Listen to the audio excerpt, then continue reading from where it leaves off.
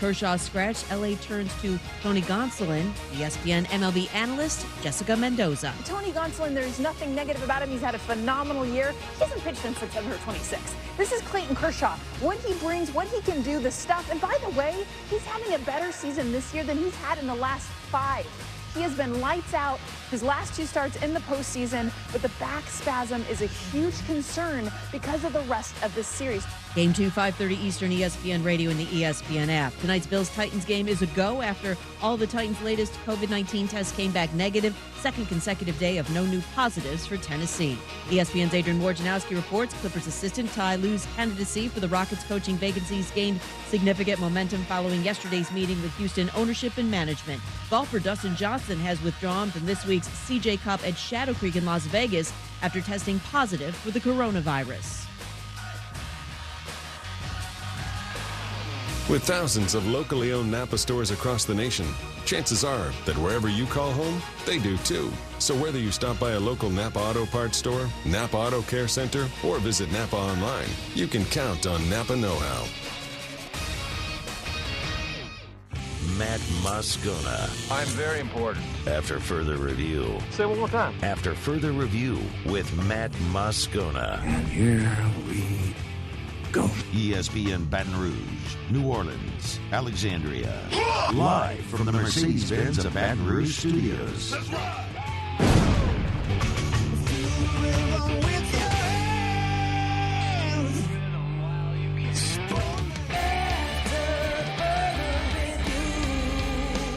And off we go. Welcome aboard. Glad you're with us. AFR presented by Insurance Network of Louisiana. I'm Matt. This is Shaq O'Neal, and I hate Matt. Paul O'Neal. They're chanting Paul O'Neal's name. You so. And Mr. Toby Tom Black. All right, we're here. Glad you are as well. Get out there and make it a good one. Who dat? Saints win. We're back in studio today. Awesome day yesterday at the Sazerac House with candidly and lovingly a bunch of idiots. I mean, the guys that won the grand prize. These guys were awesome. They're a group called the grand prize winner was part of a group called the NOLA Whiskey Snobs. And all these dudes, you could tell, knocked off of work. And we're wrapping up AFR at the Sazerac House, and they're coming for the watch party. And we could see right there on Magazine Street as they're lining them all up to kind of give them the rundown, do the COVID checks, whatever. And these morons are chest bumping and shoulder. I'm like, oh, we got a live crew, bro. They were awesome. Really, they were. We had so much fun. If you follow me on Instagram or on Facebook, you saw the video that I posted whenever the Saints hit the or got the 4th down stop to win the game. Can you show this, Paulie? Do you have it? So here's the Saints getting the 4th down stop. If you're watching on CST or on YouTube, I mean, these guys start jumping up, chest bumping, hugging, tackling each other. One guy, that's Alligator Mike there in the yellow. That's dead serious. Alligator Mike running around. I had to position the camera as Alligator Mike was shooting the bird so that I was just below Alligator Mike's birdie finger. Nonetheless, great group. We had a ton of fun. I cannot thank the Sazerac House, our friends and partners there at Sazerac for enough for being such hospitable hosts for us on AFR, for the winners, and all of us yesterday. So it was a really, really fun day, and we're looking forward to doing more stuff like that. So there is breaking news within the last hour. You've probably heard, or if you haven't, let me be the first to tell you that the Saints and LSU are in communication about potentially playing games at Tiger Stadium because the mayor of New Orleans, Mayor Cantrell, continues to be stubborn and hard-headed and refusing to allow the Saints to admit fans in any capacity, so they're looking for alternatives. I have a lot to say about this. A lot to say about this. Oh, I'm really looking forward to doing this. I'm going to do it at the end of this hour, though, because I don't want that to get in the way of what should be the lead today, which is the Saints beating the Chargers yesterday. So let me go there first. The The Saints win. They improved to 3-2 in the ball game, in the season. And credit our friend Larry Holder, who's going to be with us a bit later. Larry tweeted this last night, that in the Saints' history, before last night, they were just 2-71 in their history. 2-71 when trailing by 17 points in the first half of a ball game. Absolutely incredible. Until last night, now they're 3-71. The last time it had happened was 2009. It was the Super Bowl season when the Saints went to Miami and were down 24-3, if you remember, to the Dolphins, and rallied for that improbable 46-34 win. So an amazing win last night for New Orleans, how it came about. But I'll tell you this much, and it's going to be very similar to my take a week ago, which was after the Saints had gotten down 14 to the Lions, and as bad as it looked early, and you're down 6 starters, it doesn't matter. Because the NFL, a win is a win is a win is a win is a win. And you can talk about how some wins matter more against division opponents for tie breaks, and all that's true, but the bottom line is, when you're looking at win totals, no win counts more than another, in a very literal sense at how it all shapes up. So you make no apologies for how you win in the National Football League, because winning in the National Football League is very hard. Ask the Atlanta Falcons, which have made a habit of losing when having very big leads. And now the Saints in consecutive weeks have come back from double-digit deficits in the first half to win ball games, one of them on the road and last night at home in an empty stadium against a rookie quarterback who's very much looking the part of a very strong NFL starter.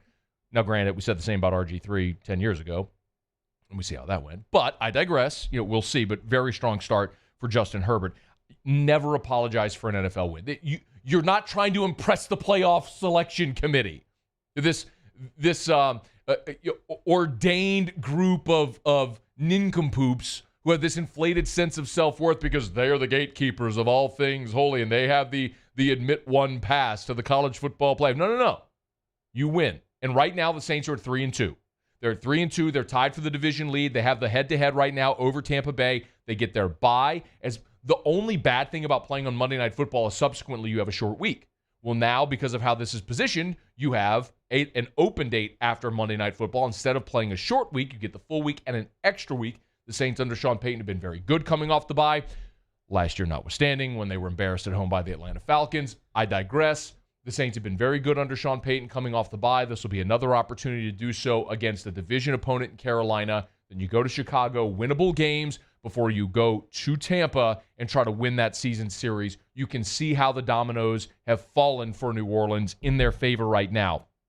I don't care how it happens. You just got to get in the tournament. And we've seen wildcard team, the 05 Steelers, the 07 Giants, the 2010 Packers, Rodgers' only Super Bowl. All those were wildcard teams. Now, it's been a while since a wildcard team has won it. And what they're discussing right now with the possibility of a playoff bubble, home field in the playoffs has never meant less, literally. I mean, I'm not just throwing that out there casually because the Saints can't have any fans because the mayor's a nincompoop. But the bottom line is, if you're not going to have any fans, you're going to play in a bubble for the playoffs potentially. What does it matter? I mean, certainly to be the one seed to get the bye, but other than that, there is no discernible advantage to being the one seed. So just get in. Get in. And the Saints are well on their way. And look, sometimes these things, there's a give and take. In the last 2 weeks, the Saints trailed by double digits early, came back and won. Their first Monday Night Football game of the season when they went out to Las Vegas and lost, the Raiders. Saints led 10-0 in that ball game and couldn't put the game away when they had opportunities. So there's give and take. The Saints are right where they need to be. You can do the whole if you had told me down 6 starters a week ago, Michael Thomas only has 3 catches on the season so far through 5 games. Where do you think they are? Say 3-2? I'm pretty okay with that. I'm pretty okay with where they are. So a nice win to rally the way they did. Drew Brees was awful in the first half, but Drew Brees did what Drew Brees has done so many times, which is lead a 2-minute drill. The Saints get points right before half and then points right to start the second half, and you're right back in the ball game. They battle all the way back to tie it. You give up the score at on the long touchdown pass when the Chargers take the lead again, and here you come again with a 2-minute drill to tie the game and ultimately to win it in overtime.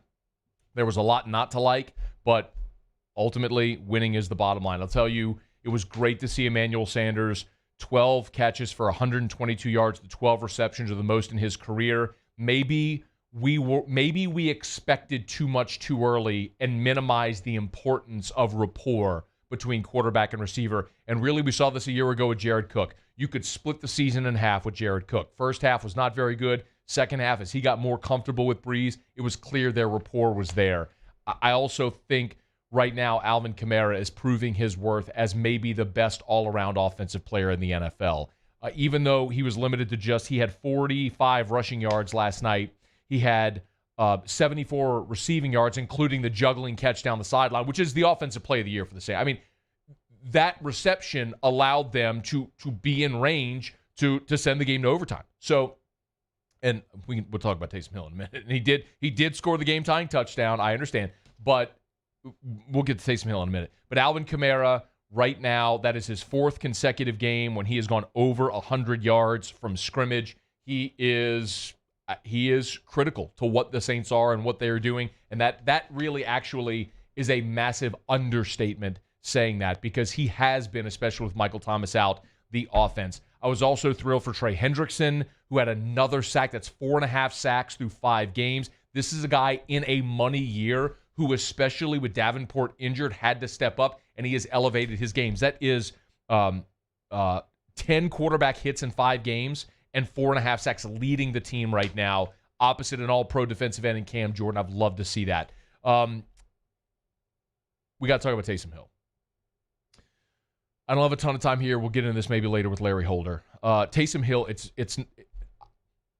he scored the game-tying touchdown at the end. Fine. The Saints are costing themselves too many opportunities. The fumble against Green Bay was devastating.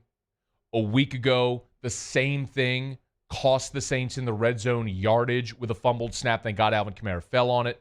And then last night, in overtime, you cost yourself a down when you're trying for the game-winning touchdown, which ultimately led to a game-leading field goal in overtime because you cost yourself a down with the silly Taysom Hill stuff. Sean Payton right now is trying too hard to get Taysom Hill involved. His only pass attempt was incomplete. He did not catch a pass in any of his targets. Running the football, he gained just 4 yards. It's not working. Like, teams have snuffed out what you're doing with Taysom Hill. Stop trying. Like, find a role for him. What you're doing now, the creative thing, taking Drew Brees off the field, is just stupid. You are wasting downs. So if you want to reinvent what Taysom Hill is, fine. And I understand you put a lot of money into this, but you are costing it is hurting your opportunity to win now in the way you're using Taysom Hill, and it's got to stop. And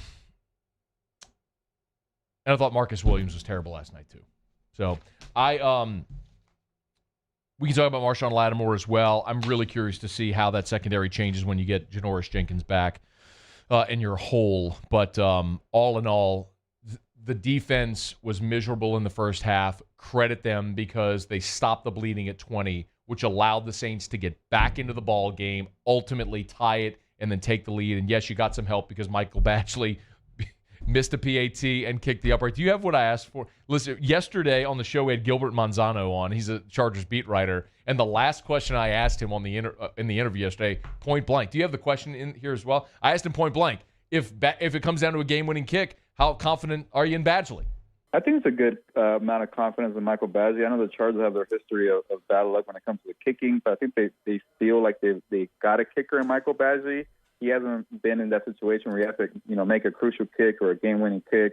He's missed a few here and there, but so far, when it comes to pressure, Michael Badgley, he's done well in situations like that. I think the Chargers are okay with that, but he hasn't had that issue. I mean, that situation this year. So if it comes down to it on Monday Night Football, who knows what could happen? Bingo! We got our answer. All right, Saints win. They win in overtime.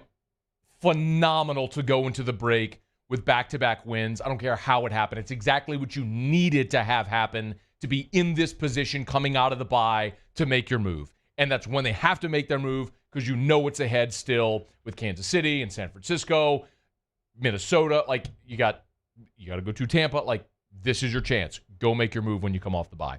All right, it's After Further Review. Glad you're with us here on a Tuesday edition of AFR presented by Insurance Network of Louisiana. We'll knock out our first break, come back, we'll go around the SEC. Larry Holder, bottom of the hour, and I will, in 30 minutes from right now, I will talk about, maybe I'll do it to start hour 2. I will talk about the possibility of the New Orleans Saints playing in Tiger Stadium. I have a lot to say about this. I have a lot to say about this. If you crave the opportunity to see the red-faced, sweating, screaming Italian man, there's a really good possibility that's going to happen coming up shortly. Really good possibility. Tell your friends. Tell your mom and them. It's coming. It's AFR. AFR. Brought to you by Carriages in Bocage, carriagesbr.com, carriagesbr.com. Voted by you, the best men's clothier in the Best of 225 awards. It's Carriages in Bocage. Of course, they got officially licensed LSU game day gear, but really, it's so much more than that even. If you want suits or sport coats, nobody has a better selection. Nobody has a better in-house tailor than Carriages in Bocage. So if you want something custom made, they can do it for you at Carriages, and free alterations for life. If you have something custom made at Carriages, their pledge to you is they will make it fit forever. Carriages in Bocage, online carriagesbr.com. You can see their officially licensed LSU gear as well. The Sailor Mike gear is back in as well. The Vault series that we've been telling you about, they've busted out the Sailor Mike, and they got it Peter Millar or Johnny O. So many great polos. Check them out at carriagesbr.com. Of course, footwear and all the accessories you could possibly need. Carriages in Bocage. Tell them Matt sent you in to Carriages in Bocage or carriagesbr.com. At Cordell Toyota in Opelousas, you can get into a Tundra for $7,000 off MSRP. That's right, $7,000 off MSRP. And we have plenty in stock. So come on down to Happy Town. That's Cordell Toyota in Opelousas, Happy Town, USA. Gulf Coast Bank & Trust is a local bank with a straightforward philosophy. It's about doing the right thing for our customers. Participating in our community with annual local fundraisers.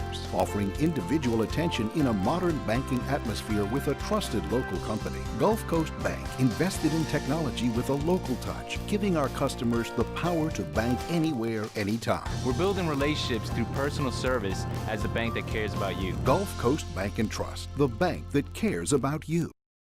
At All-Star Toyota, you get it all. If you're in the market for an all-new Toyota vehicle, come see our friendly and knowledgeable sales team at All-Star Toyota. Located in Baton Rouge at the corner of Airline and Goodwood, we've been serving our community since 2005 by offering a large selection of new Toyota cars, trucks, and SUVs. Get behind the wheel of your dream car and take a test drive at All-Star Toyota today. Are you a licensed contractor? There's lots of good contractors in Louisiana doing work the right way, but unfortunately, too many unlicensed contractors are working outside the licensing requirements. Working as a contractor in Louisiana requires a license for the company doing the work. The Louisiana State Licensing Board for Contractors wants to help you get licensed to allow you to conduct work legally. It's not difficult to get the license. We can help you. Go to lacontractor.org for more information. Licensed contractors, it's the law. Oh, hey, what's up? It's Big V and Bubba, 100.7 The Tiger Morning Show. We'd love for you to join us every weekday, 4 a.m. till 9 a.m. Yeah, everything you want in a show. Country music. We got laughs. We got celebrity in-studio guests. We just need you. Join us every weekday morning, 4 a.m. to 9 a.m., right where it all started. That's right. Louisiana's country station, 100.7 The Tiger. Gulf Coast Office Products is a nationally recognized Savin office equipment dealer based right here in Louisiana. Over 100 employees strong, Gulf Coast has the boots on the ground to support all vertical markets, from education, engineering, legal, and finance. With the latest in office technology, from desktop to production segment units, Gulf Coast and Savin have the perfect fit for you. Call 225-756-2644. That's 756-2644 for Gulf Coast Office Products. $10,000 off MSRP on a new 2020 Ford F-150. Buy a new one for less than a used one. All new Bayou Ford vehicles come with a 1 million mile powertrain warranty, and with Bayou to You, free delivery right to your door. The crew at Bayou Ford is going to do right by you. 30.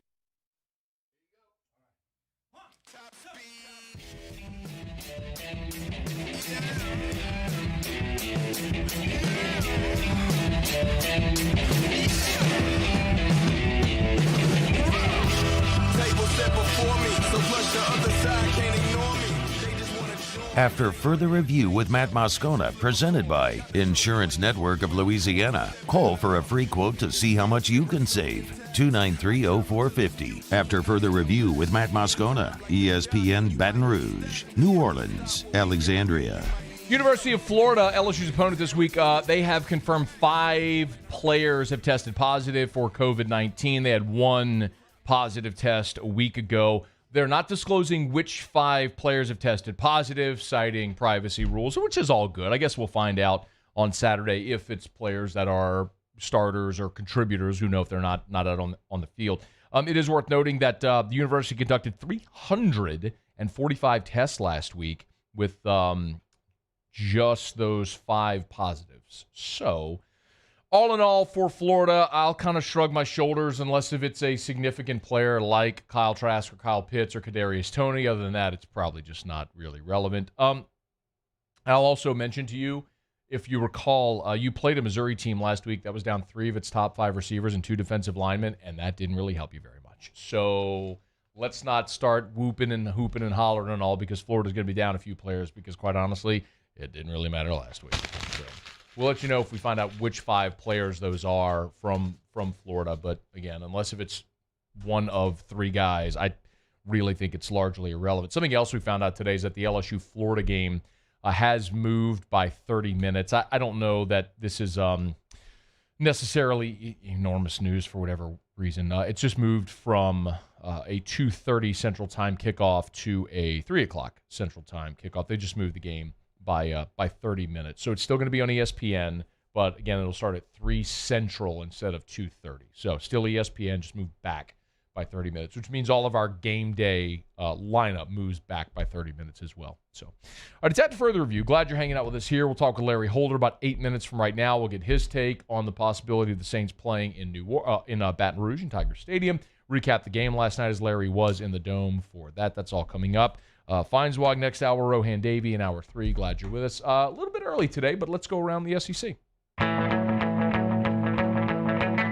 Around the SEC, presented by Gulf Coast Office Products, excellence in imaging solutions. The Texas A&M Aggies. Wide receiver Caleb Chapman, he's done for the year with an injury. Jimbo Fisher would not disclose the injury, but Chapman's mother on her own social media account posted that her son tore his ACL. Looked like he did it on his 51-yard touchdown grab, which tied the game at 38 Saturday against Florida. Chapman had 9 catches for 151 yards in the game. This is doubly impactful for A&M because their leading receiver a year ago, Jamin Osmond, opted out before the season. Now A&M down 2 big targets. The Auburn Tigers. Auburn getting healthier. Starting cornerback Jalen Simpson, JUCO transfer cornerback Marco Damio. They're among the injured players that Gus Malzahn is expecting to return this week as Auburn heads to South Carolina. Also, running back Sean Shivers. He's been sidelined the last 2 games with an undisclosed injury. He could also return this week against the Gamecocks. The South Carolina Gamecocks. Speaking of South Carolina, they're still waiting on word from the NCAA about Jalen Brooks and his availability this season. Brooks is a junior wide receiver. You might remember the story. He transferred from Wingate to Tarleton State and then landed at South Carolina in August. He's already been denied once by the NCAA, but they're appealing. Will Muschamp says he hopes they'll get an answer from the NCAA in the next couple of days.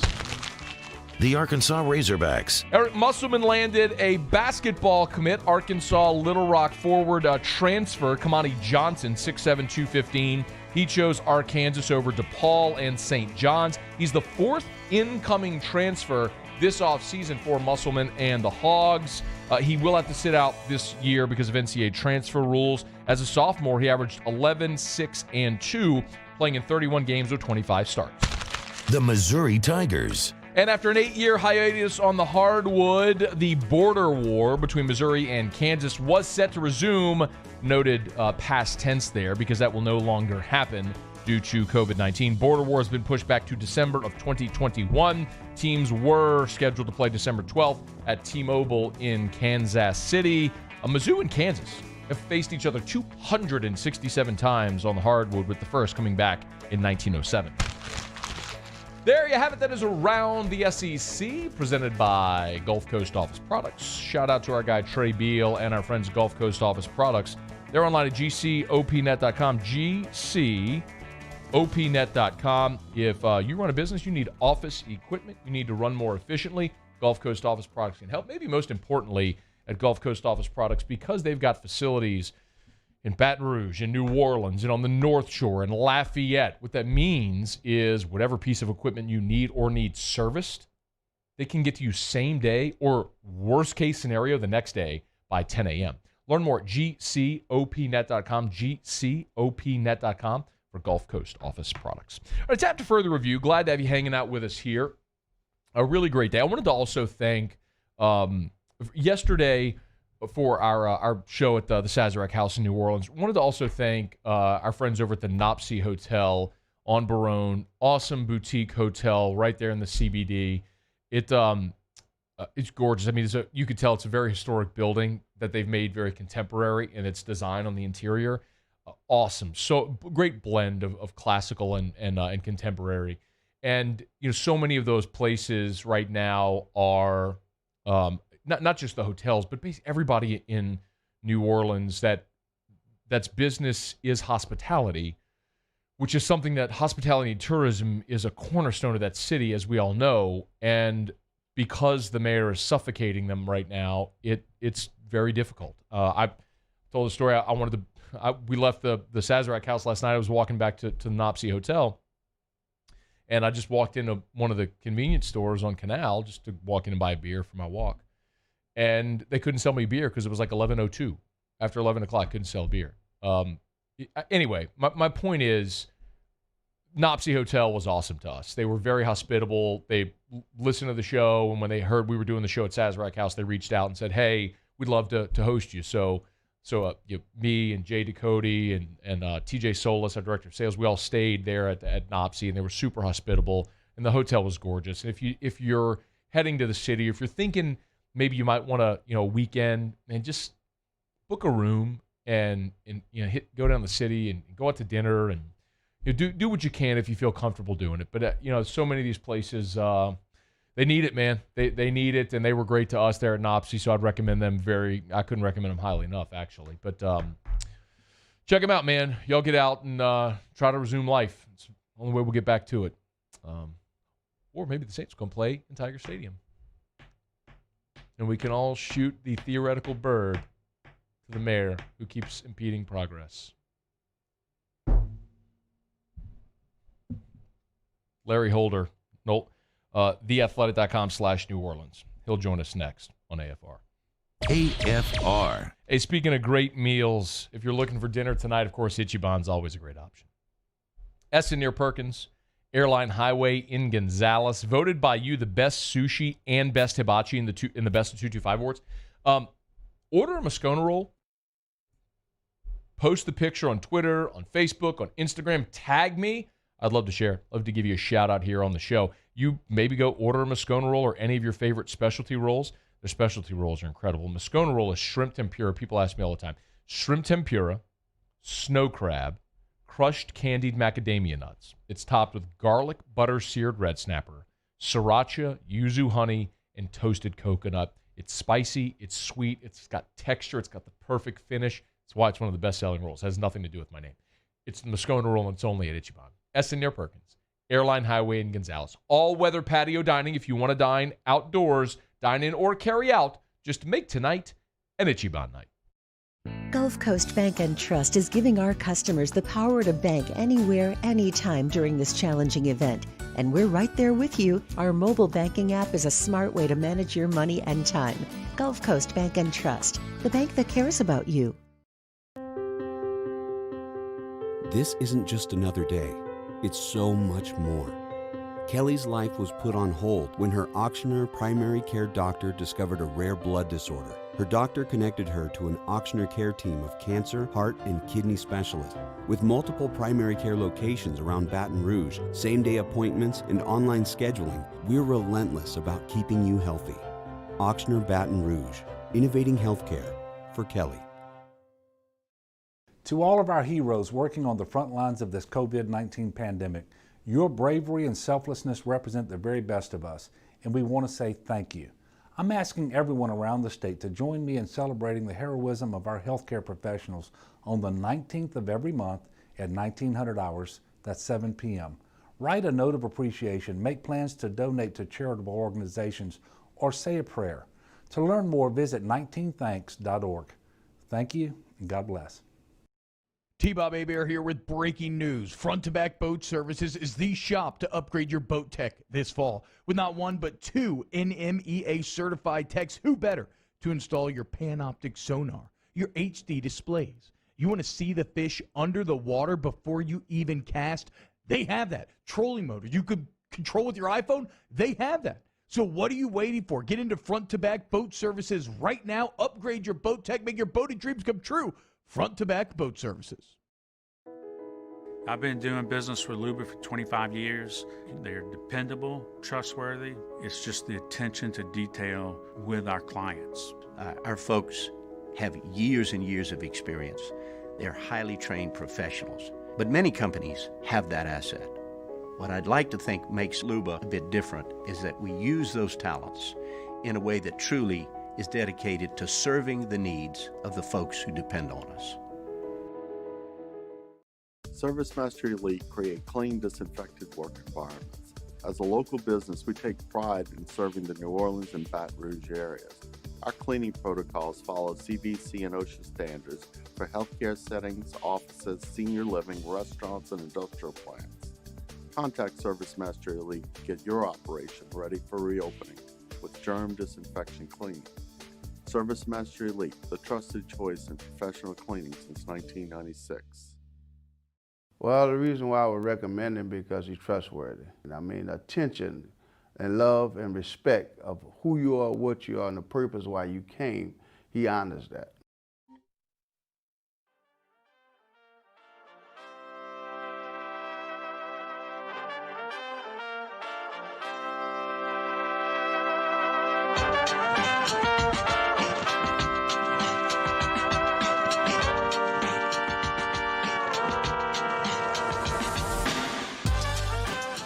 After further review with Matt Moscona, presented by Insurance Network of Louisiana. Call for a free quote to see how much you can save. 293-0450. After further review with Matt Moscona, ESPN Baton Rouge, New Orleans, Alexandria. We'll get to Larry Holder in just a quick second. Some breaking news, though, first here. This from Mark Long of the Associated Press, just tweeting minutes ago.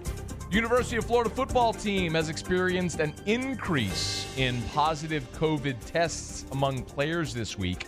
Out of an abundance of caution, team activities are paused as of Tuesday afternoon. So this certainly bears keeping an eye on. We noted the 5 positive tests among Florida players, perhaps via contact tracing. They may have more players out. The SEC has a protocol in place in order to play a game.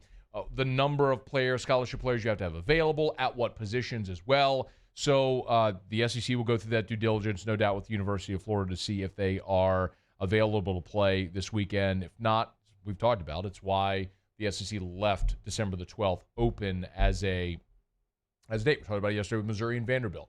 They left that open. They built in that schedule. They built that into the schedule for this exact possibility that could arise. So, but we'll see. Like, seen similar situations in the NFL. They've ended up playing games, so we'll see how all of that transpires. What did transpire last night at the Dome is the Saints beat the Chargers in overtime. Michael Badgley with a doink, Saints with a furious rally, and the Saints are winners. They're 3-2 headed into their bye. We visit with Larry Holder every Tuesday here on the show, theathletic.com/New Orleans. He's on Twitter at Larry Holder. Larry, thanks for the time. How are you? I'm good, Matthew. I'm disappointed that Carpool interrupted me coming to at least like wave through the window at you at the Stasrak house. Had you come, yikes. we would have let you in. You would not have had to just wave through the window. I would have let you in. But I would have had to stay like away from the booze, right? Or would you have wanted to create an Uncle Larry moment on air? That is actually a really good idea. One I hadn't considered in this moment, but no doubt in that moment, had it occurred, it would have occurred to me to feed you booze very rapidly to create such a moment.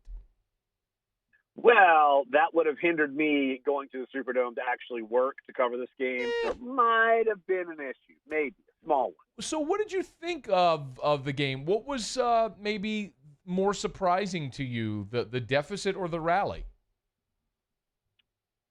I feel like the deficit, just because you look at the way that the Saints, their offense was really ticking against Detroit, and it really just came out and it just stunk. And look, I know people are frustrated with play calling, and I get it. And I heard you in the first segment bring up Taysom Hill. I have nothing to disagree with you about. I mean, it kills drives. We've seen it happen too many times. And yet, as the game goes forward, Drew Brees is kind of getting into a rhythm with Emmanuel Sanders, and then the defense is able to increase some pressure and live despite some meltdowns in the defense. But I felt like them coming up so lame, so early on both sides of the ball, I did not expect that and expect them to have a furious comeback to win a game against another team that you should probably beat. Are they bad defensively because they don't have Janoris Jenkins or Marcus Davenport still rounding into form? Put your finger on it. What's going on? The secondary wasn't great when Janoris Jenkins was in there. So I think it is just not as good as we thought. And Marshawn Lattimore, I'm not trying to make an excuse for him, but I've seen him play so often. He plays up to players and he plays down to players. And that's obviously you don't want that because you could get beat by lesser caliber players. But he was following Keenan Allen until Keenan Allen was hurt. Like that was his assignment. And then once he left the game, it's almost like maybe mentally he wasn't in it. I don't know. But I've seen him do this time and time again. It's not a good trait to have because you want him to be as consistent as possible. So, look, I just think that even though they have veteran players there, that they're just not living up to their billing because I liked what I saw from their pass rush. Like if you look at the NFL's next-gen stats as the game was going, they keep pressures. The Saints, so their stats had 20 pressures on Justin Herbert. Individuals picked up 20 pressures. So they were getting to the quarterback. But it's like Justin Herbert could just run and heave, two guys just flailing, and then Mike Williams comes down and sets up a field goal that you got so lucky and you missed. So I just don't think they're as good. Like, we have 5 games now. Outside of the pick 6 by Janoris Jenkins, there's not a lot of good stuff to talk about other than, say, Marshawn Lattimore making that tackle a yard short of the marker and ends the game. But coverage-wise, it's just busted coverage, being beat on coverages. It's mental and physical, I think, with them. Are we, and maybe this is like just a future question, but are we crystallizing where the Saints might go in free agency, considering Lattimore is going to want a giant deal? I don't know if you're going to pay him. Marcus Williams is just not playing worth a contract. On the flip side, Larry, Trey Hendrickson in a money year is doing exactly what you would think a player in a money year would do, which is play outside of his mind to try to get paid. I don't know if you'd go that way in free agency, but you could certainly go that way in the draft. I mean, how many safeties have they drafted? A ton, including Marcus Williams, including Malcolm Jenkins, Roman Harper, Von Bell. Any of their safeties that have been around for a while, they draft and let walk. Von Bell just left. And, obviously we've talked about him, the differences between him and Malcolm Jenkins, what's right and what's wrong. But I think that you look at it and P.J. Williams is basically 1-year deal. Patrick Robinson is basically 1-year deal. This could be the end for Janoris Jenkins after this year. I think you could see a revamped secondary just given the market. And Malcolm Jenkins, just because, he's got some money tied to him, he may be the lone guy outside of Lattimore that might be held over. But I would consider them to be in the market for 1, if not 2, upgrades in that area by the time next year comes. A couple more minutes here. Larry Holder is our guest, theathletic.com/New Orleans. There was a lot of good, namely Emmanuel Sanders, 12 catches. That's a career best. What changed with Emmanuel Sanders, and what has changed with Emmanuel Sanders here in the past couple of weeks? He seems to have really found a stride in this offense. Look, I think it's just Drew Brees getting used to playing with him. And you're so used to being reliant on Michael Thomas, then he goes out, and then you're trying to figure out where to go with the football, what are the right routes with him. It seems like, man, he was really tough over the middle. He made a bunch of catches over the middle there, and they needed him. I mean, you could tell that was Drew Brees' guy. And you just take out Alvin Kamara out of the equation for a second, but any wide receiver or tight end, you could tell Sanders was this guy. So I think this is the fact that we had to see him elevate his play and his stats jump these last 2 weeks. Look, whenever Michael Thomas comes back, I assume it's going to be for the Panthers game. If he doesn't go punch someone out and go yell at the coaches and be a buffoon. But you get those two together, and now Sanders is hitting his stride, and Michael Thomas, he's still one of, if not the best receiver in the NFL, despite missing action. What about on the flip side of it? Not only Emmanuel Sanders, we also saw Marquez Callaway with by far his most extensive action, both in the return game and as a receiver. That's a guy I've been hyping for a while here, Larry, because I saw him do it on such a high level consistently at Tennessee. Did they find a little something with Marquez Callaway that they can work with moving forward? He might be, instead of, say, Deontay Harris in the offense, he might be that speed option you want to just be straight line Devery Henderson, because he certainly has the wheels, and you can see that he's certainly got good hands. I mean, he made some good catches in this game, obviously looked good in the return game. If JT Gray, I mean, can we just, tape his hands shut so he doesn't hold so Callaway can, get a good return and not have it be called back? But still, look, he's someone that I knew they liked in training camp because of his wheels. And if he can show a little bit of consistency, I would not be stunned at all to see his play time kind of elevate. And again, look, we know they need that depth, deep threat, and maybe this could be him. This could be his time. And it's funny. Last week we were touting Traquan Smith. I know. And he didn't have a catch. He was absent. But look, the fact that other people are able to get it done, positive sign, even though I'm sure St. fans are still sitting a little uneasy at 3-2, even though they are 3-2. Chances that when the Saints come off the bye, they're playing Carolina in Tiger Stadium. Oh, boy. Can I just go high, medium, low? I'm going to go low. I think this is complete posturing. I think this is, all right, time's up. Let's get this going. The Saints are turning on the city. That's one way to get an already, mayor who is certainly frowned upon in this city right now to move forward. And I think the Saints, this is posturing. I think the last thing they want to do is go play up there in Tiger Stadium. And so I would be surprised if they were in Tiger Stadium in a couple weeks. I really would. Okay. But I've been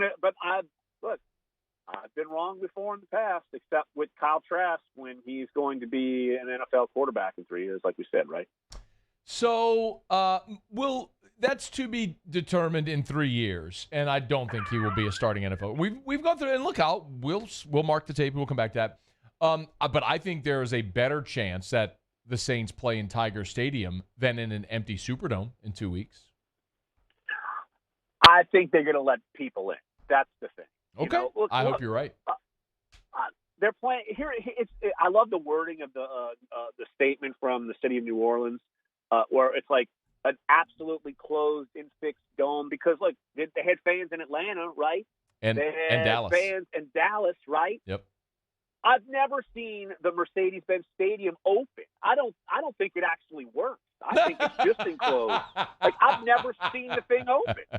So I know anytime I've ever been there, it's never been open. So, it's just a bad thing getting worse down here, and it's just having more people turn against a mayor that people are already ready to probably cast their ballot for someone else come election time. I'm just ready, man. I'm so ready for this. I am ready to grab my popcorn and a nice, maybe a glass of Sazerac. You just want the world to burn. Want the world to burn. You know what, Larry? It's not that I want the world to burn. I want the opposite. I want progress. And I don't need people impeding progress any longer.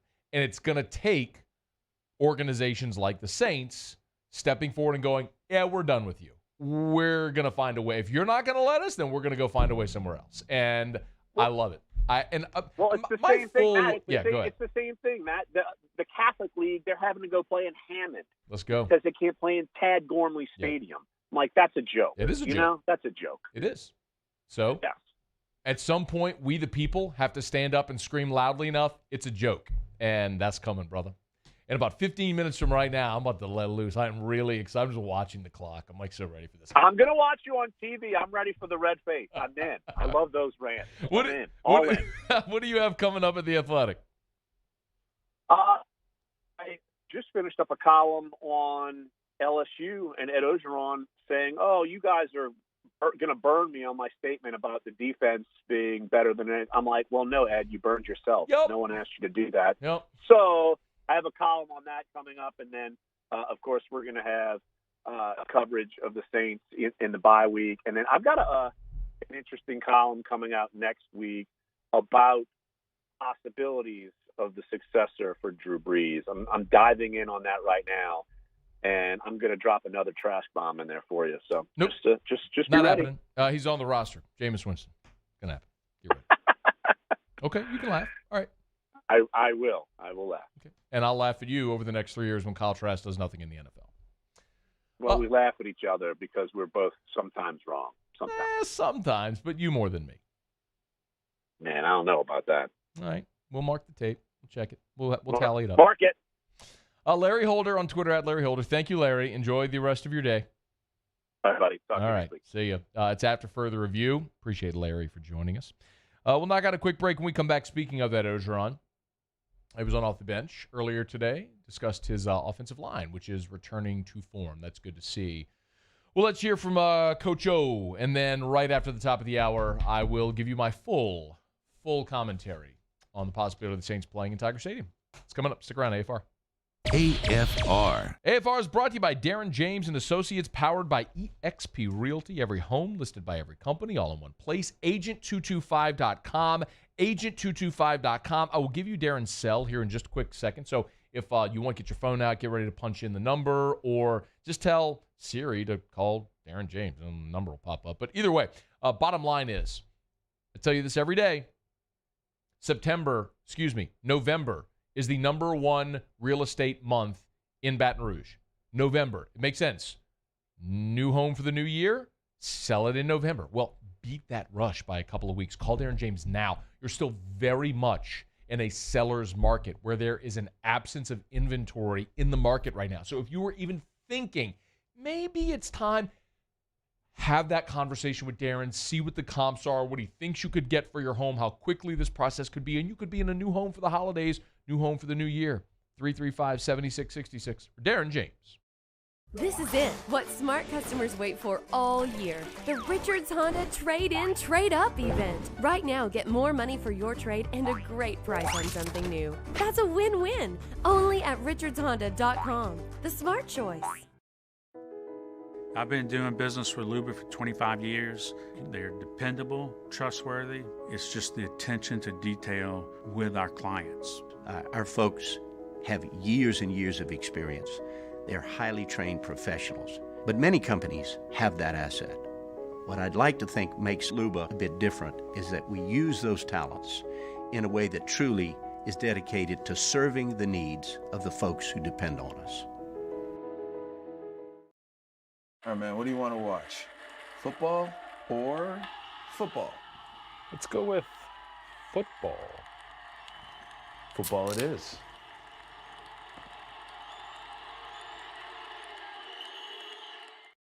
Gulf Coast Bank and Trust is a local bank with a straightforward philosophy. It's about doing the right thing for our customers. Participating in our community with annual local fundraisers. Offering individual attention in a modern banking atmosphere with a trusted local company. Gulf Coast Bank invested in technology with a local touch, giving our customers the power to bank anywhere, anytime. We're building relationships through personal service as the bank that cares about you. Gulf Coast Bank and Trust, the bank that cares about you.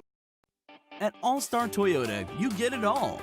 If you're in the market for an all-new Toyota vehicle, come see our friendly and knowledgeable sales team at All-Star Toyota. Located in Baton Rouge at the corner of Airline and Goodwood, we've been serving our community since 2005 by offering a large selection of new Toyota cars, trucks, and SUVs. Get behind the wheel of your dream car and take a test drive at All-Star Toyota today.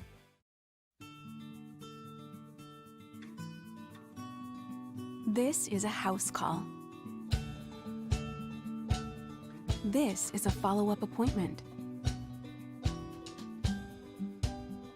This is a diabetes checkup.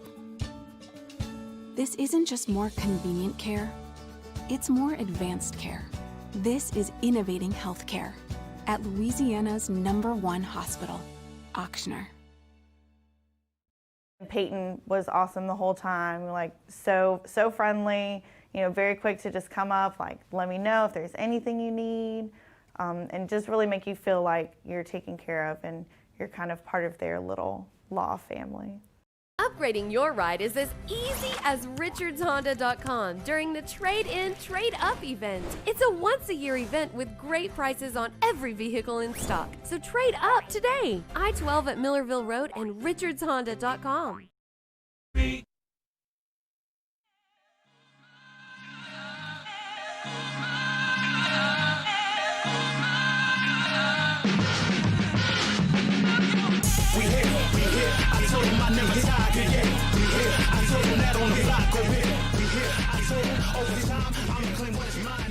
After further review with Matt Moscona, presented by Insurance Network of Louisiana. Call for a free quote to see how much you can save. 293-0450. After further review with Matt Moscona, ESPN Baton Rouge, New Orleans, Alexandria. Wrapping up hour number 1, we're presented by Insurance Network of Louisiana. They're online at lainsurance.net. Better coverage for less money at Insurance Network of Louisiana. Again, lainsurance.net. So Ed Ogeron on OTB this morning, his usual Tuesday slot. Ed was pithy this morning. Not very expansive in his answers. I could probably understand why he's not in a great mood. Really bummer this past weekend and what's ahead with the University of Florida on Saturday. One very notable addition, though, that LSU is going to have this week is on the offensive line in Ed Ingram. What's the status of Ed Ingram right now, Coach? He's ready. Okay, he's ready to go. He's ready to go. I think he should be ready to go. Yeah, I think he should be ready. Think he should be ready? Can you get that long from T-Bob again? I don't know where it is in the quote. Just play it again. It's only 8 seconds. No, that's true. That's it's only true. 8 seconds. Here we go. What's the status of Ed Ingram right now, Coach? He's ready to go. He's ready to go. He's ready to go. He's ready to go. I think he should be ready. He's ready. Hey, Musso, is he ready? I think he should be ready to go. I think between the two of them, they said he's ready 5 times. I do wonder how the Mizzou game would have gone if Ingram had been there. I'm not trying to tell you that Ed Ingram's worth 2 touchdowns. But if all else is equal, right? Let's say the game goes exactly, if Ed Ingram's there and the game goes exactly how it went up until that point, and you got 4 plays from inside the 2, you're probably running behind Ed Ingram. Not probably, you are running behind Ed Ingram. He is your best offensive lineman. He's a road grader. He's a mauler. I don't think there's a doubt. Maybe you get a yard. How different is the conversation if you get that yard? I think the butterfly effect is very real. And some of you scoff at this, but if you think of it in a very literal sense, it's true how if you change one thing, there's an undeniable domino effect of how everything else goes. I talked about this with Derek Stingley. If Stingley had played against Mississippi State, well, the whole way that Mississippi State attacks LSU is different. So your play calling sequence is different. So I'm not saying the result is definitely different. It's just the game plays out differently. So, what if Stingley gets a pick in that ball game and then it has a domino effect? That's my only point with all that. So I don't know that you absolutely win the game, but clearly what that shows is what we've talked about from the beginning. I like LSU's first 22. They have a lot of talent. We were just talking about this in the break, and I mentioned it. I've been mentioning it. the biggest condemnation is going to come this spring with the draft when you have 7 to 10 guys off this team picked in this spring's draft. You have talent there.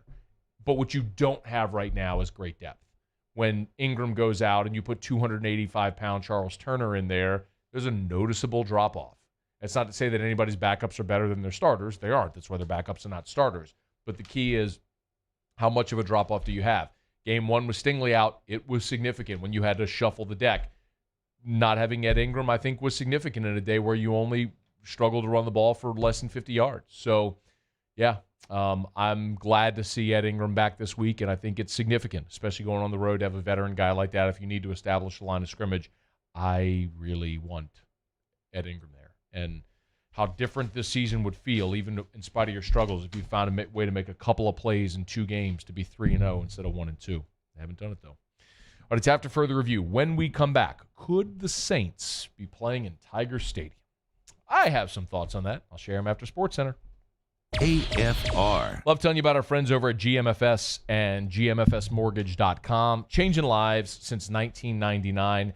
And one of the things that I love most about GMFS Mortgage is that for every loan they close, they make a donation to Mary Bird Perkins Cancer Center in the name of their borrower. Last month, GMFS Mortgage made 714 donations to Mary Bird Perkins Cancer Center in the name of their borrowers. It's incredible. Not only are they changing people's lives financially by helping them refinance their mortgage or build that home of their dreams, lower their monthly mortgage payment, whatever it may be, but they're also changing lives by benefiting Mary Bird Perkins Cancer Center and helping research and cure cancer here in our area.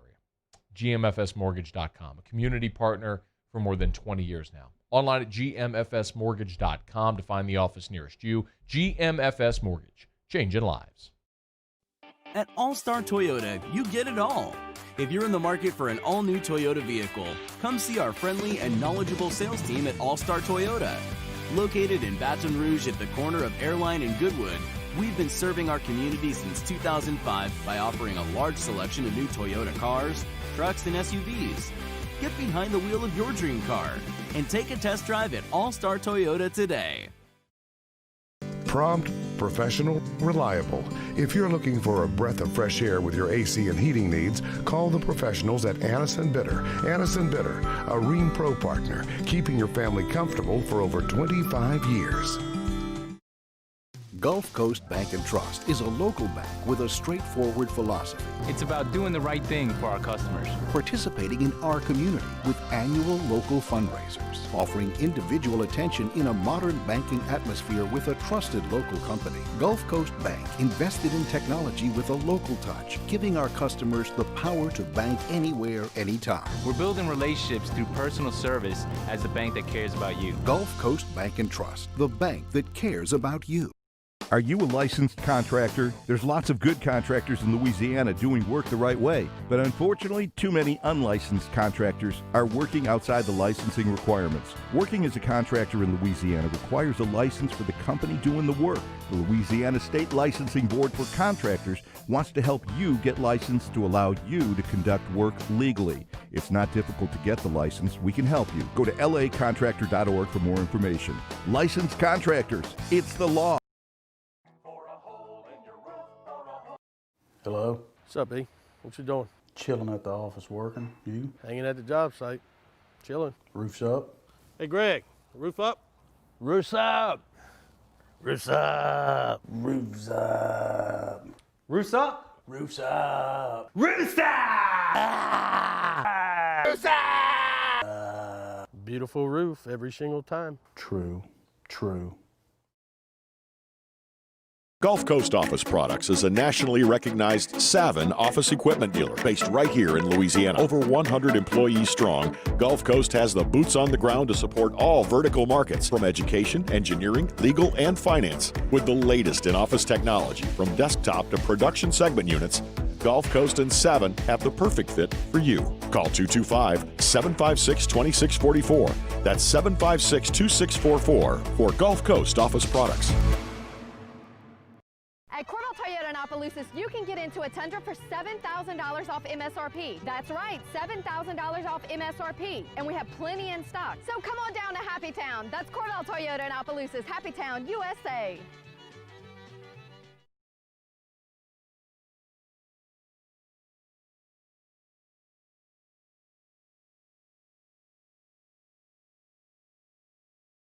Callahan Injury Lawyers. This is SportsCenter.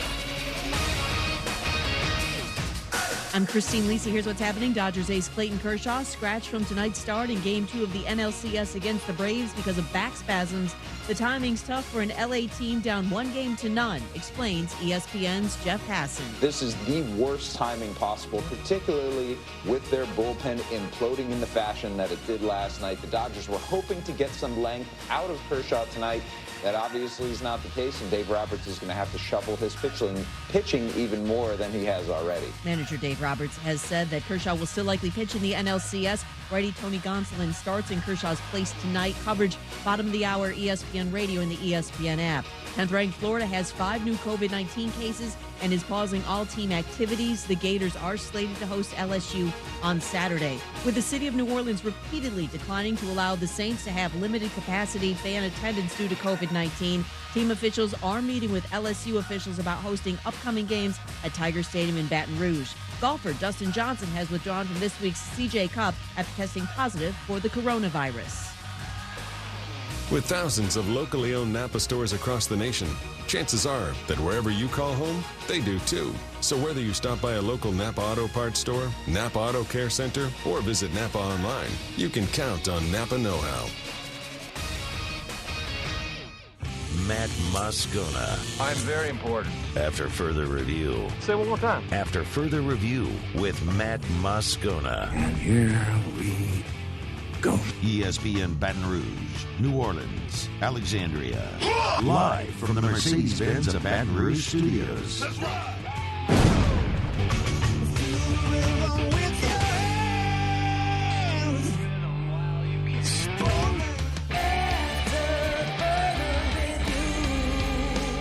Hour 2, off we go. Welcome aboard. Glad you're with us. AFR, presented by Insurance Network of Louisiana. I'm Matt. I appreciate it, bud. Have a good one. Paul O'Neill. They're chanting Paul O'Neill's name. You, sir. And Mr. Toby Tom Clay.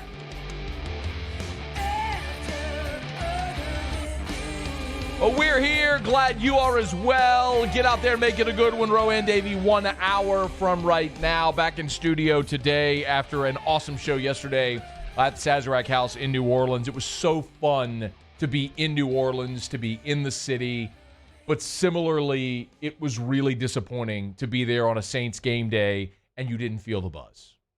To be in the city on a Saints game day, right there in the heart of the CBD, blocks from the Superdome, and you didn't have people knocking off of work early, flooding the streets, bands set up, Champion Square packed to the gills, people celebrating, chanting "Who Dat," drinking beers. Felt like a really random, slow Monday. And that is indicative of what's happening in, not only in that city, but in so many cities around the country, but specifically in a place like New Orleans, which the cornerstone of that city is its hospitality. It's tourism. It's people who want to come and experience what New Orleans has to offer and the way that its restaurants and its bars and all of its different venues open up and embrace people and welcome people and have a cultural experience in so many amazing ways. And that's been put on hold because of COVID-19. But not just because of COVID-19, but because you have leadership in that city that refuses to lead. And the Saints, which have pushed for the opportunity to have fans in the Superdome, continue to be rejected by the mayor. Now, let me remind you that initially, the mayor of New Orleans would not allow fans because the state was in what phase were they in, Muso? Phase 2. Oh, that's right. They were in phase 2. And in phase 2, you couldn't open up the venue, right? It was phase 2, right? Phase 2. Got it. Okay. Well, since then, We're no longer in phase 2. We've moved to phase 3. And in phase 3, you can open up venues. I'll be darned, Mayor. You know what's kind of amazing? COVID-19 doesn't only exist in the Superdome. People are going to restaurants. They're going to gyms. They're going to bars. They're going to work. They're going lots of places with roofs on them, Mayor. And you continue to choke out progress. You continue to put your city in a sleeper hold financially. You do it. I'm so sick of people here saying, I hear people say, the virus will dictate. Bull crap. Virus doesn't dictate anything. Human beings make decisions. You don't get to go ask, excuse me, Mr. COVID, should we allow? No. You gather information, you make the best decisions and determinations possible. And you know what? Right now, our state isn't in phase 2. Yeah, we're not in phase 2. And despite the fact that we're moving at a snail's pace, regardless of decreasing positive tests, decreasing fatalities, the fact that more is opening up, we're still moving at a snail's pace. But we move beyond phase 2. Ma'am? And the professional football team in your city, which for many is the lifeblood of that city and a cultural celebration of that city and has been for more than half a century,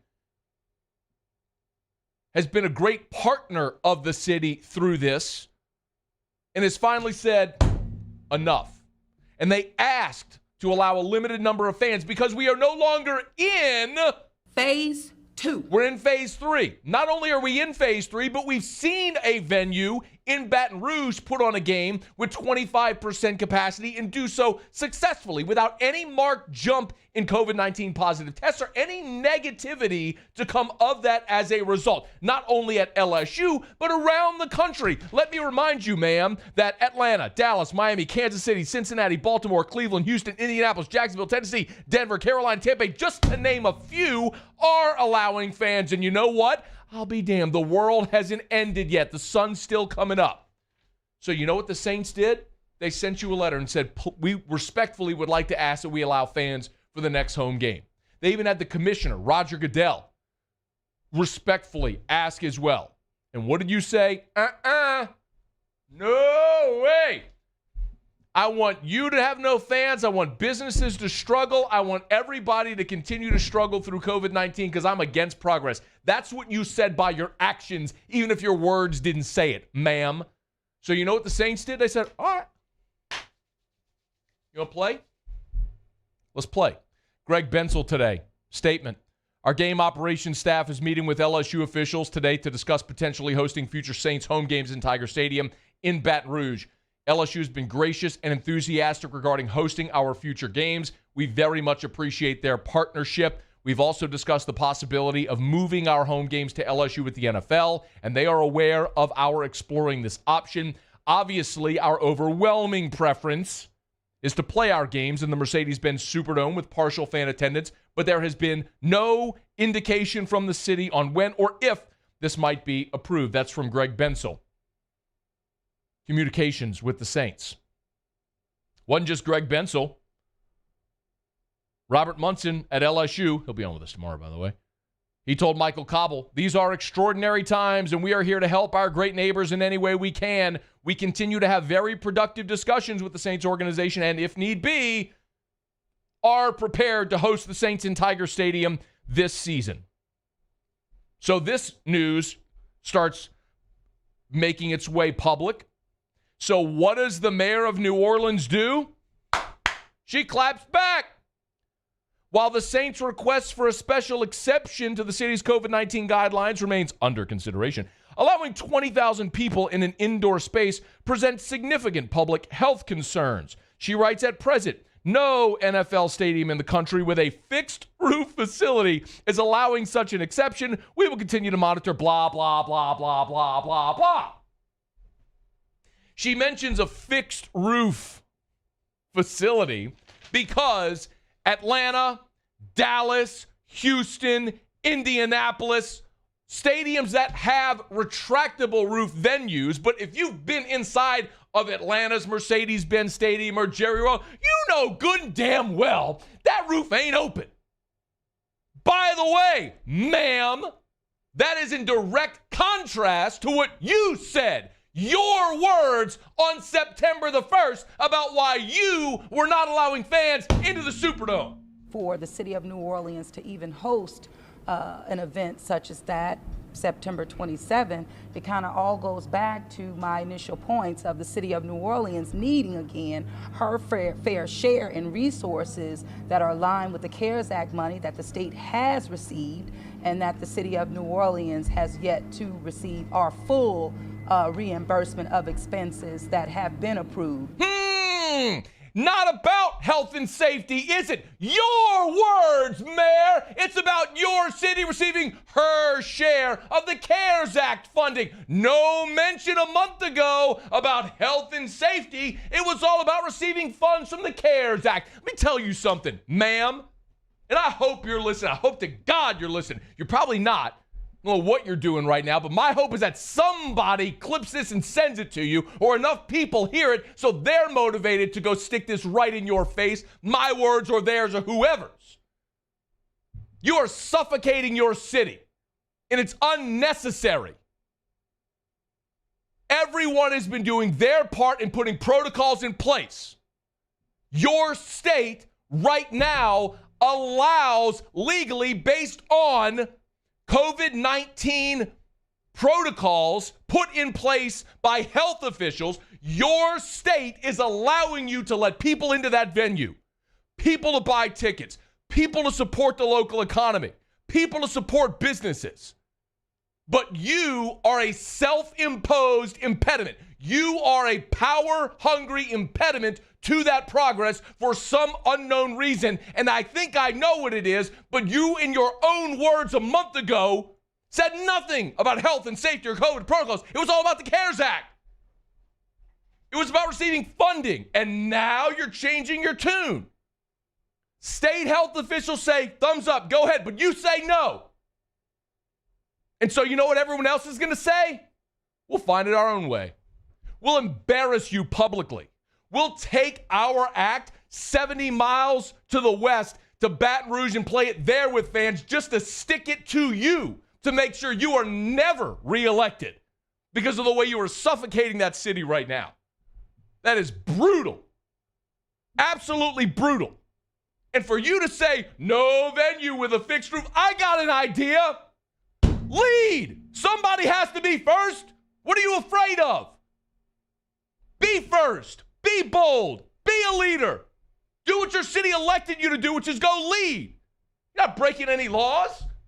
Not breaking any rules. You'd be acting actually within the parameter of your city and of your state's rules. But you are deciding, you, Mayor, you are deciding individually to impede progress. And what that is a slap in the face to every restaurant owner, bar owner, every waiter, waitress, bartender, Uber driver, cab driver, everyone that works that venue, everyone that works concessions, every ticket taker, every security, every hotel operator, every concierge, every valet, everybody that works in that city, and their livelihood depends on hospitality, and you are suffocating it intentionally for no reason. When the state and health officials have given the thumbs up to move forward and to make progress, you keep saying no, and you're changing your tune as to why. And I salute the New Orleans Saints. I salute Mrs. Benson, Greg Bensel, Sean Payton, Roger Goodell, everybody who is banding together right now to say, that ain't how it's going to be. If you're not going to allow it, we're going to do our own way. And we're going to stick it to you and embarrass you. You want to slap everybody else in the face with your nonsensical restrictions? Get ready, because here it comes. Sick of this, man.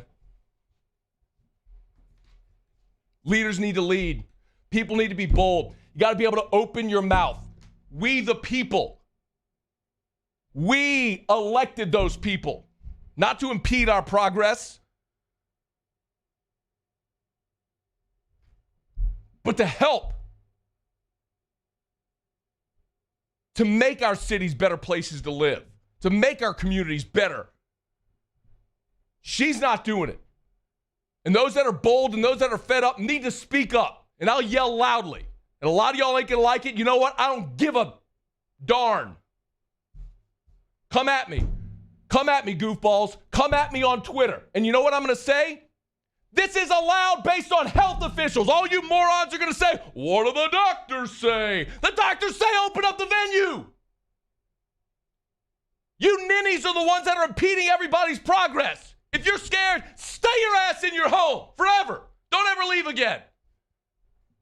I'm not going to live my life scared. I'm going to be smart about the way I live my life, as should you.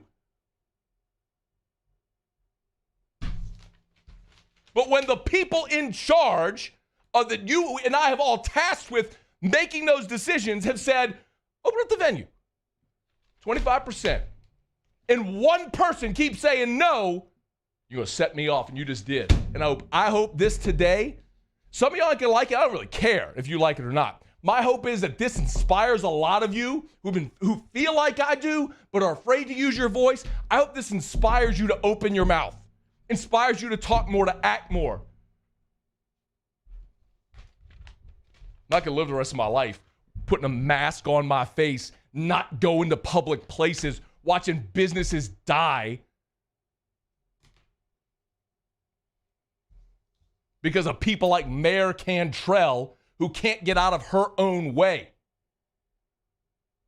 who's allowing other influences to dictate why she's making decisions that are hurting her community. Salute the Saints for doing this today. Wish more would. It's AFR. AFR. AFR is brought to you by Pluckers. Hey, when the Saints are back on the field, hopefully in front of fans in the Dome or in front of fans in Tiger Stadium. If you can't be in the stadium, go to Pluckers. Nicholson, Bluebonnet, dine in, carry out, 24 flavors of award-winning jumbo chicken wings, ice cold draft beer, full-service bar, sports on TV. Go to Pluckers. Go have a meal. Go have a beer. Go support Steve Levy, the king of the wing, a great dude who's owned that restaurant since 2003, opened up another venue, has invested in our city. Go support business owners like that. Good people that make our economy go, that hire people, that give us a place to go and enjoy games and have community. Pluckers. Nicholson just south of campus, Bluebonnet right in front of the Mall of Louisiana. Dine in or carry out. Best place to watch your favorite sporting events. Eat wings, drink beer is at Pluckers, where if you don't like our wings, we'll give you the bird. Gulf Coast Bank and Trust is giving our customers the power to bank anywhere, anytime during this challenging event. And we're right there with you. Our mobile banking app is a smart way to manage your money and time. Gulf Coast Bank and Trust, the bank that cares about you. During these challenging times, we know your healthcare needs don't stop. Cancer, accidents, injuries, and heart disease are relentless. So we are relentlessly innovating to keep you safe, both virtually and in person, connecting you with providers remotely, advancing clinical spaces, providing rapid and accurate testing, social distancing, and certified cleaning protocols. We are Auctioner, and we will not slow down. Auctioner Health, innovating healthcare. Hello? What's up, E? What you doing? Chilling at the office working. You? Hanging at the job site. Chilling. Roof's up? Hey, Greg, roof up? Roof's up. Roof's up. Roof's up. Roof's up? Roof's up. Roof's up! Roof's up! Beautiful roof every single time. True. True.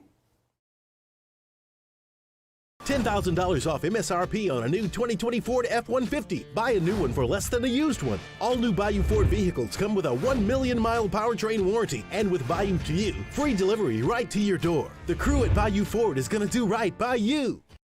To all of our heroes working on the front lines of this COVID-19 pandemic, your bravery and selflessness represent the very best of us, and we want to say thank you. I'm asking everyone around the state to join me in celebrating the heroism of our healthcare professionals on the 19th of every month at 1900 hours, that's 7 p.m. Write a note of appreciation, make plans to donate to charitable organizations, or say a prayer. To learn more, visit 19thanks.org. Thank you, and God bless.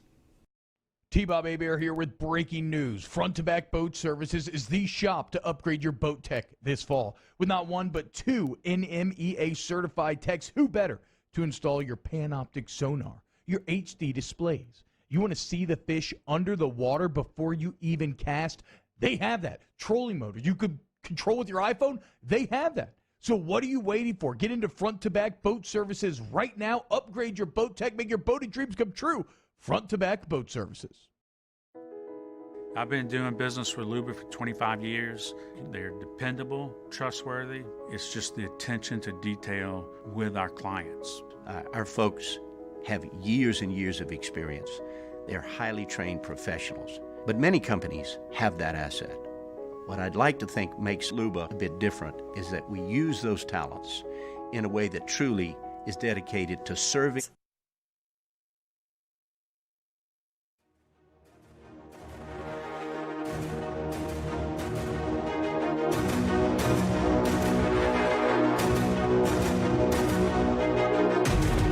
Failure happens to us all.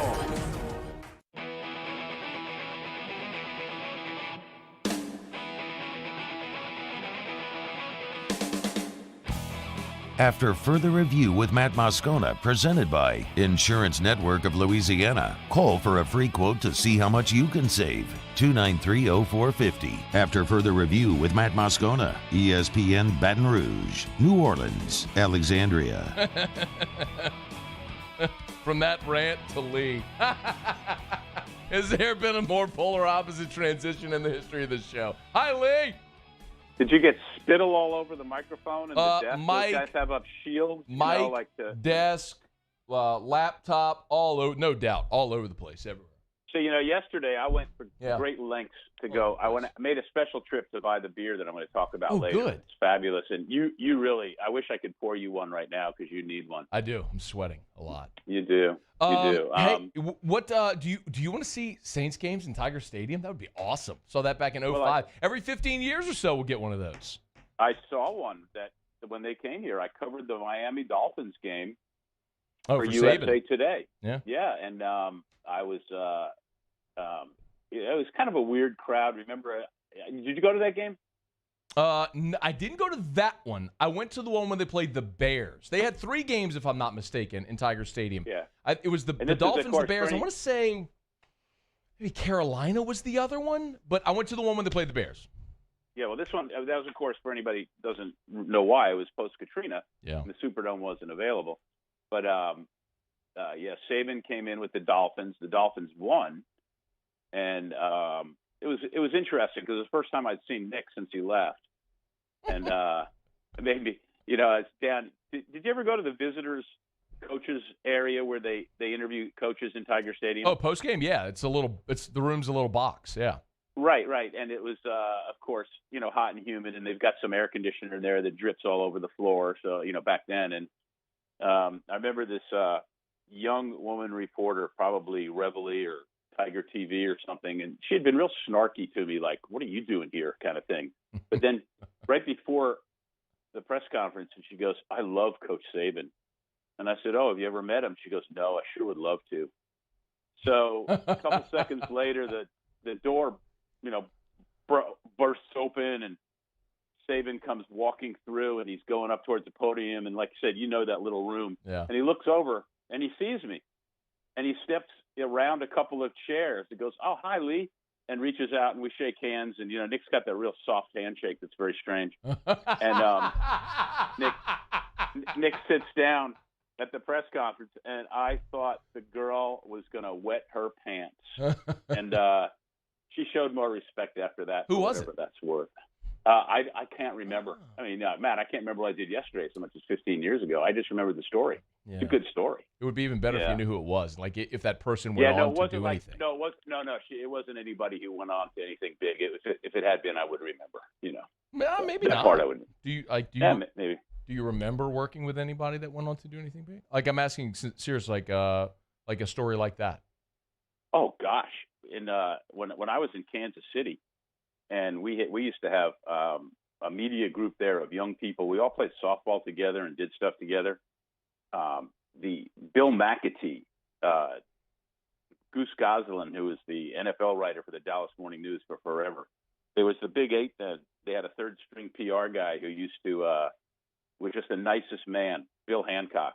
He's head of the Tiger Richardson, who's the executive director of the Football Writers Association. Me. It was Tom Chattel, the columnist in Omaha. Yeah. It was this unbelievable group of people that went on. I'm missing a couple. I mean, people who just, it was unbelievable. And I've told you this before, but at the same time, the Kansas City Royals, this guy came out once in a while. They had a third string PR guy named Rush Limbaugh. That's so weird. But yeah, he was creepy. And was he 20? So, what was it, 25? How old was he? Oh gosh, I guess he'd probably be late 20s maybe at the time. Yeah. Did he go by Rush? Yeah. I tried not to engage him, but yes, that was his name. Yeah. Why wouldn't you want to engage him? I didn't like him. Why not? Because it just didn't. It had nothing to. And then all of a sudden, years later, he had this radio. I was like, wow, how did that happen? But he's made way more money probably in a day than I make in a year. So good for him. Maybe in your lifetime. Yeah. I'm trying hard not to ask the questions because you scold me all the time for that. But I wanted to know what you thought about the NCAA proposal that's just going to allow immediate transfers. I would without penalty. I would very much allow that. Anything that is pro student athlete I hate to just go blanket statement on that, but for the most part, if something is going to benefit student athletes, I'm for it. I'd love to see a Fab Five situation where a bunch of guys who would fill positions and are really good would do a free agency thing, like when LeBron and then went to the Miami Heat. I'd like to see a bunch of guys go, all right, well, let's pick App State and make them the best team in the country. We'll all go there just because, That would be pretty funny, actually, if they did that. Yeah, I mean, it could happen. And with the image and likeness thing coming out, you could have a businessman at a smaller program, and not an App State, but let's say a really lousy Power Five that never went, like Northwestern, for example. Could get maybe in Chicago, and they could have an image and likeness thing, and they could gather in a whole bunch of people, and all of a sudden become the best team in the country just because. Did you see? No, I'm sorry. No, that's all right. Did you see the? This was just about an hour ago, so I'm not sure if you've seen it, but there was the Knight Commission for Intercollegiate Athletics conducted a survey among the Power Five ADs or leaders, and a majority of them favored a restructuring to create a fourth division within the NCAA for the Power Five conferences. Basically, the Power Five would be their own division. Yeah, and I understand that. Is it going to be just for football? It would be for sports other than basketball. Yeah, well, because there's a lot of sports where the so-called mid-majors have teams, a sprinkling of teams that are not in the Power Five that are really good in their different sports. Football is pretty much restricted to the Power Five, but basketball, we always want to have our butlers. I think that's why they designated other than basketball, because you realize in basketball, Villanova can win national titles. Right, but you've got schools like BYU, for example, is not in the Power Five. Mm-hmm. Central Florida's not in the Power Five. Schools that have good sports in more than just football. So it does. I don't disagree with the idea, and I think that it's needed. And the other thing that has to happen is they've got to allow schools not to have a sports minimum. Like I said, there's going to be a thinning of the herd, and Olympic sports are going to be the sacrificial lambs and all this. But, But yeah, the survey did.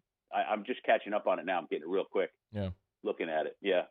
A 15-minute online survey. That's a lot of questions. You and I have talked about this for a long time. I know you support the chaos theory, as in many respects do I, because ultimately when that scenario inevitably unfolds, it's sort of a survival of the fittest, right? I mean, it's a natural selection of sorts where the programs and university athletic departments that can survive and thrive on their own will. And I think to a degree that's probably what's best, because something else that's noted in the survey is a majority think that the non-Power Fives spend far too much trying to keep up with the Power Fives, which is true. I mean, look at how many athletic departments right now are over-leveraged because of trying to build facilities or pay coaches, millions of dollars that they can't afford. And when COVID hits, it's crippling to them. Yeah, and there's I forgot too before when I mentioned about not in the Power Five, you got Notre Dame, which picks its Power Five as it goes. Yeah. But there's definitely going to be a rich get richer, and like I call it the thinning of the herd. But I think a lot of Olympic sports ought to be very nervous. And then, I've got a million theories about the way it could work, but none of which you want me to put forth here because you would hang yourself like, you'd go, have you done yet? About the Saints playing in Baton Rouge at Tiger Stadium, the Saints will do where the Saints make the most money. Whichever one provides the Saints with the most money is what the Saints will do. That's what will happen. Yeah, I think there's also a competitive balance part of that where you want fans for your home games. I mean, you want a competitive advantage. Like, we can agree that financially an NFL franchise is just a completely different reality than what you're talking about with the college athletic department. Like, they can, while of course the objective is to make money and you want to have fans, they can write this off and ultimately, have a net loss on paper, but they're still going to make money. You know what I mean? Like, they can make it work financially, which is why attendance in the NFL or at NBA games or MLB wasn't paramount like it is in college. But I think more than anything, they want progress and they want their home field advantage. Well, thank you for speaking about it eloquently and not spitting all over the newsroom there. I did that already. Hey, and look, sometimes you have to raise your voice to get people's attention. You got worked up. It was fun to watch. But the feed coming across Cox Sports TV was breaking in and out a little bit, so I missed some of the words. I'll have to go back and watch it in retrospect. Okay. Speaking of which, I had 3 whole days without cable or internet, living under just terribly barbaric conditions. Brutal. And I say that very jokingly because I feel terribly for the people who didn't have electricity or still don't. But because of that, last week I did a really fun Sports 225 with Tim Brando, and I'm just going to replay it this week. And for all the details, please go to sports225.com. Well, even if you didn't have TV or cable, there you go. No doubt. You had beer. I did. What is the malted liquor? What gets you drunker quicker? What comes in bottles or in cans? Beer. Can't get enough of it. Beer. How we really love it. Beer. Makes me think I'm a man. Beer. I could kiss and hug it, but I'd rather chug it. Beer. Got my belly out to here. Beer. I could not refuse it. Beer. I could really use a beer. Beer. Matt, I love Oktoberfest beers. I like the way the brewers all experiment and try to do stuff. And so I went and seeked this one out because I had seen it and I forgot to pick some up. And yesterday I said, I've got to go get this, because I've got to report on this beer for Matt and hope I'm going to like it. And I did. It's the Urban South Oktoberfest Marzen Lager. And it is absolutely fabulous. As they say, Oktoberfest is a traditional Marzen Lager brewed for the fall season. Rich, sweet malt give way to crisp, clean lager finish. And you really couldn't describe it better. It does start out a little bit sweet, but it's not too sweet. It's got a beautiful brownish golden color, and it's carbonated nice, 6.5% alcohol, and just a wonderful beer. I mean, they say, have it with, pretzels and fun. You can have this when they say, pretzels, polka music, and fall fun. Yes, polka music. Mm-hmm. But I got it at Whole Foods. It's a limited edition, seasonal. It's out there. The Urban South Oktoberfest Marzen Lager. If you guys like a lager with a little bite to it and a little heavier than just a plain old beer, this is absolutely wonderful. I'm so glad I went and picked this up. And Matt, you should stop there and get one on the way home because you could use a 6-pack. I might just do that, or maybe I'll just have a couple of fingers of whiskey when I get home, something like that. We'll see. or both. Maybe both. Thanks, Lee. Bye, Matt. We'll see you. It's after further review. Rohan Davey in about 26 minutes. Stick around. AFR. AFR is brought to you by Premier South Roofing and PremierSouthLA.com. Baton Rouge, Lafayette, North Shore, and online at PremierSouthLA.com. PremierSouthLA.com. A+ rated with the Better Business Bureau, Super Service Award from Angie's List, Torch Award for Ethics in Business, and all of that matters because if you're in Lake Charles and you're recovering from, of course, the storms that have hit Southwest Louisiana in this storm season, and you need a company that's been here before the storm that you can trust, that will do great work, that's won ethics awards, that will be there long after the storm as well, you can trust Premier South Roofing. PremierSouthLA.com, PremierSouthLA.com to learn more. Again, wherever you are, they have an office that can get to you. Their primary location is in Baton Rouge, right off of I-10 at Highland Road, but they'll service much of South Louisiana, including New Orleans, the North Shore, Lafayette, and, of course, Lake Charles. It's Premier South Roofing. Roof repairs or roof replacements. Premier South Roofing, PremierSouthLA.com. I've been doing business with Luba for 25 years. They're dependable, trustworthy. It's just the attention to detail with our clients. Our folks have years and years of experience. They're highly trained professionals. But many companies have that asset. What I'd like to think makes Luba a bit different is that we use those talents in a way that truly is dedicated to serving the needs of the folks who depend on us. This isn't just another day. It's so much more. Kelly's life was put on hold when her auctioneer primary care doctor discovered a rare blood disorder. Her doctor connected her to an auctioneer care team of cancer, heart, and kidney specialists. With multiple primary care locations around Baton Rouge, same-day appointments, and online scheduling, we're relentless about keeping you healthy. Auctioneer Baton Rouge, innovating healthcare for Kelly. ServiceMaster Elite create clean, disinfected work environments. As a local business, we take pride in serving the New Orleans and Baton Rouge areas. Our cleaning protocols follow CDC and OSHA standards for healthcare settings, offices, senior living, restaurants, and industrial plants. Contact ServiceMaster Elite to get your operation ready for reopening with germ disinfection cleaning. ServiceMaster Elite, the trusted choice in professional cleaning since 1996. Gulf Coast Bank and Trust is a local bank with a straightforward philosophy. It's about doing the right thing for our customers. Participating in our community with annual local fundraisers, offering individual attention in a modern banking atmosphere with a trusted local company. Gulf Coast Bank invested in technology with a local touch, giving our customers the power to bank anywhere, anytime. We're building relationships through personal service as the bank that cares about you. Gulf Coast Bank and Trust, the bank that cares about you. At All-Star Toyota, you get it all. If you're in the market for an all-new Toyota vehicle, come see our friendly and knowledgeable sales team at All-Star Toyota. Located in Baton Rouge at the corner of Airline and Goodwood, we've been serving our community since 2005 by offering a large selection of new Toyota cars, trucks, and SUVs. Get behind the wheel of your dream car and take a test drive at All-Star Toyota today.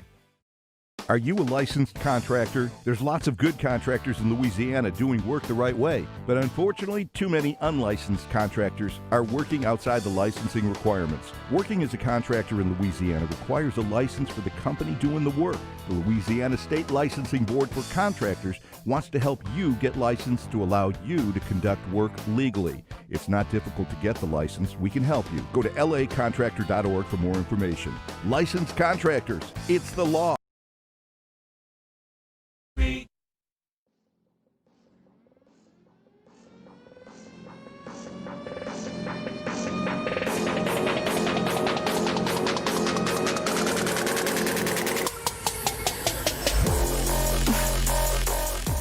After further review with Matt Moscona, presented by Insurance Network of Louisiana. Call for a free quote to see how much you can save. 293-0450. After further review with Matt Moscona, ESPN Baton Rouge, New Orleans, Alexandria.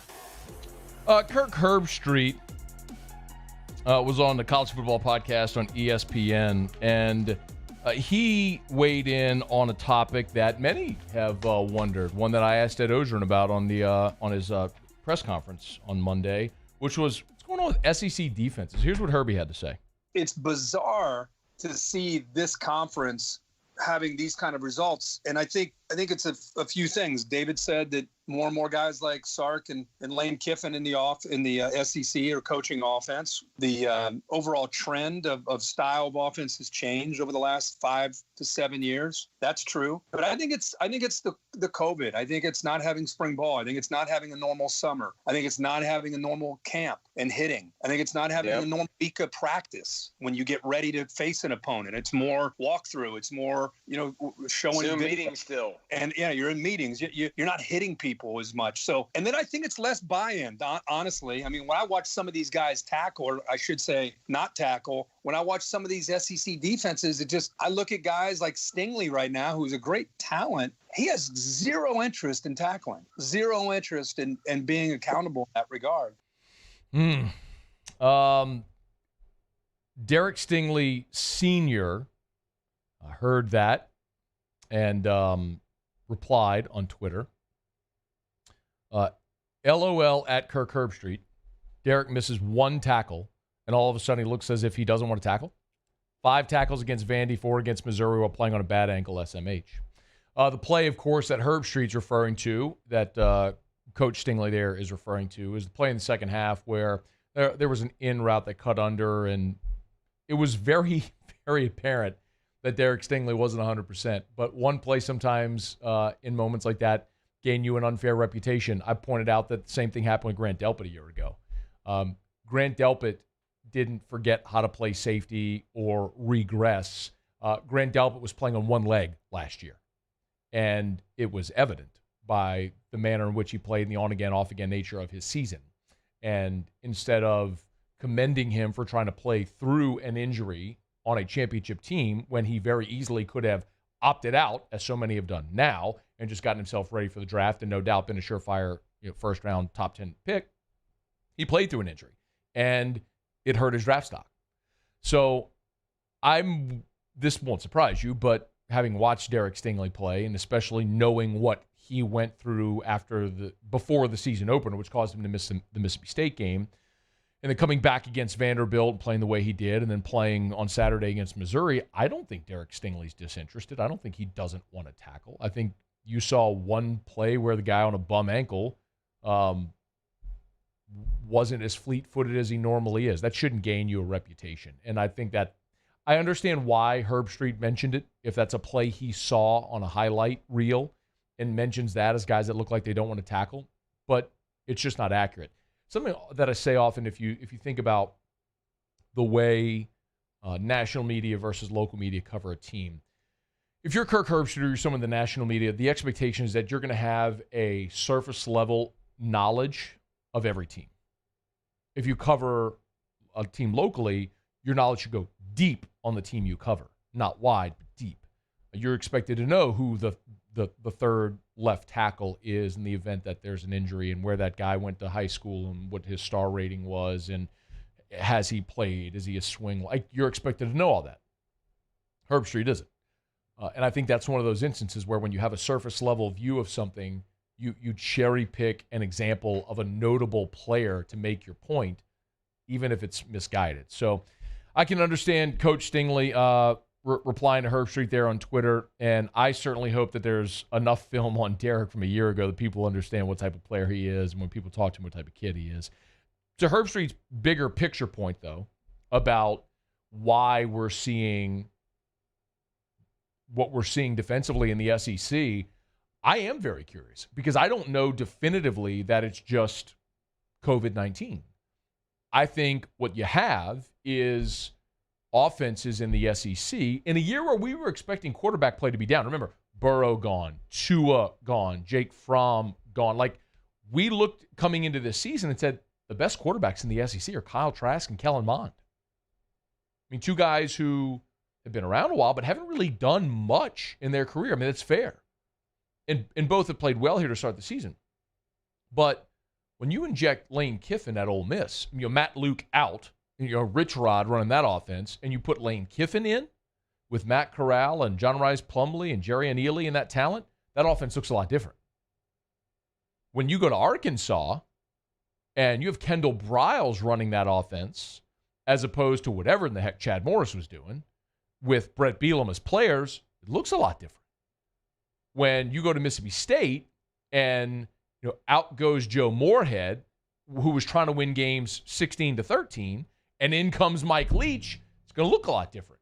So I think similar to what you see sometimes in the NFL, where maybe we're seeing it right now with Justin Herbert. We've seen it at times with guys when they get into the league, they make a splash because there isn't a lot of film on them. But it's the same thing in baseball. Hitters sometimes come in the league, have success, and once pitchers know how to pitch to them and pitchers adjust, then it's in turn time for hitters to adjust. Maybe we're seeing that right now with these SEC offenses right now, with Kiffin and Leach and Kendall Briles and some of these new offensive minds that are in the league that are reshaping the league. Even Mike Bobo at South Carolina with Hill, the transfer quarterback. I mean, I think all of that's very valid. It's new, and we're sort of learning in a year where you have these other variables as well to keep in mind with COVID. So I'm not so much going to overreact now. I will be very interested to see if this becomes a trend that continues throughout this season and beyond, or if defenses settle down. Look at what's happened with Mike Leach in 2 weeks, right? In the first game against LSU, they put up huge numbers. 2 weeks later, KJ Costello's benched, y'all. The kid who set the SEC record, the kid who in his first game set the single game SEC passing record. 90 years of SEC football, no one's ever thrown for as many yards in a game as KJ Costello did against LSU. 2 weeks later, he's benched. Team saw it, they adjusted. Let's see how it plays out through October and then through November and see. I do think the defense, the offensive success is going to normalize. I'm not going to say that it's going to go away entirely and the SEC is going to be a defensive league. I just think that the game is evolving at the college level in every league. In the NFL, it's evolving. Look at quarterbacks making plays with their feet, which was an outlier 10 years ago, which is the norm now. If you don't have, and you don't have to be Lamar Jackson, but you got to be Joe Burrow, at least, where you can get outside the pocket, you can make them pay with your feet if they give it to you. Patrick Mahomes can do the same thing. I mean, it's just the nature of where the game's going, man. So, interesting food for thought. We'll keep an eye on those trends as the season goes along. All right, it's after further review. Glad to have you aboard with us here. We'll knock out a quick break. When we come back, Tigers and the Pros. Musso will have that. We're brought to you by Insurance Network of Louisiana. Glad you're hanging out here on a Tuesday edition of AFR. Rohan Davey in about 15 minutes. Stick around. AFR. Insurance Network of Louisiana. Better coverage, less money. Title sponsor of our Tuesday shows all throughout the year. Unfortunately, too many Louisiana homeowners in the past month or so have had to learn about things like their hurricane deductible or their homeowners policies. If this whole occurrence, if these episodes have made you realize, man, you probably could do better than what you have currently, call Insurance Network of Louisiana. In some cases, they can find you coverage that reduces a hurricane deductible or eliminates altogether a hurricane deductible. How much more beneficial would that be for many homeowners in our state right now after Laura and Delta have come through our state? Insurance Network of Louisiana, they service all of Louisiana, Texas, Mississippi, Alabama, Arkansas, Florida. So if you got a hunting camp or a condo or you live outside of Louisiana, Insurance Network of Louisiana can still shop for you. They shop for free to see if they can get you better coverage for less money. 293-0450 or lainsurance.net.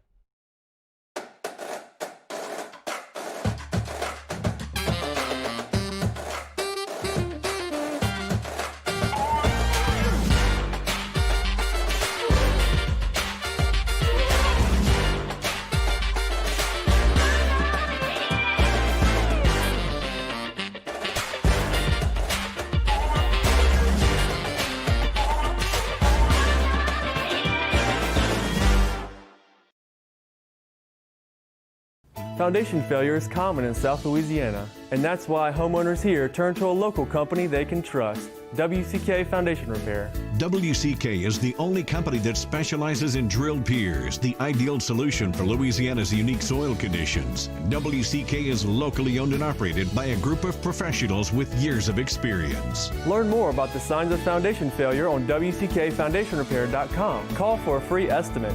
WCK Foundation Repair. Support the home team. This is a house call. This is a follow-up appointment. This is a diabetes checkup.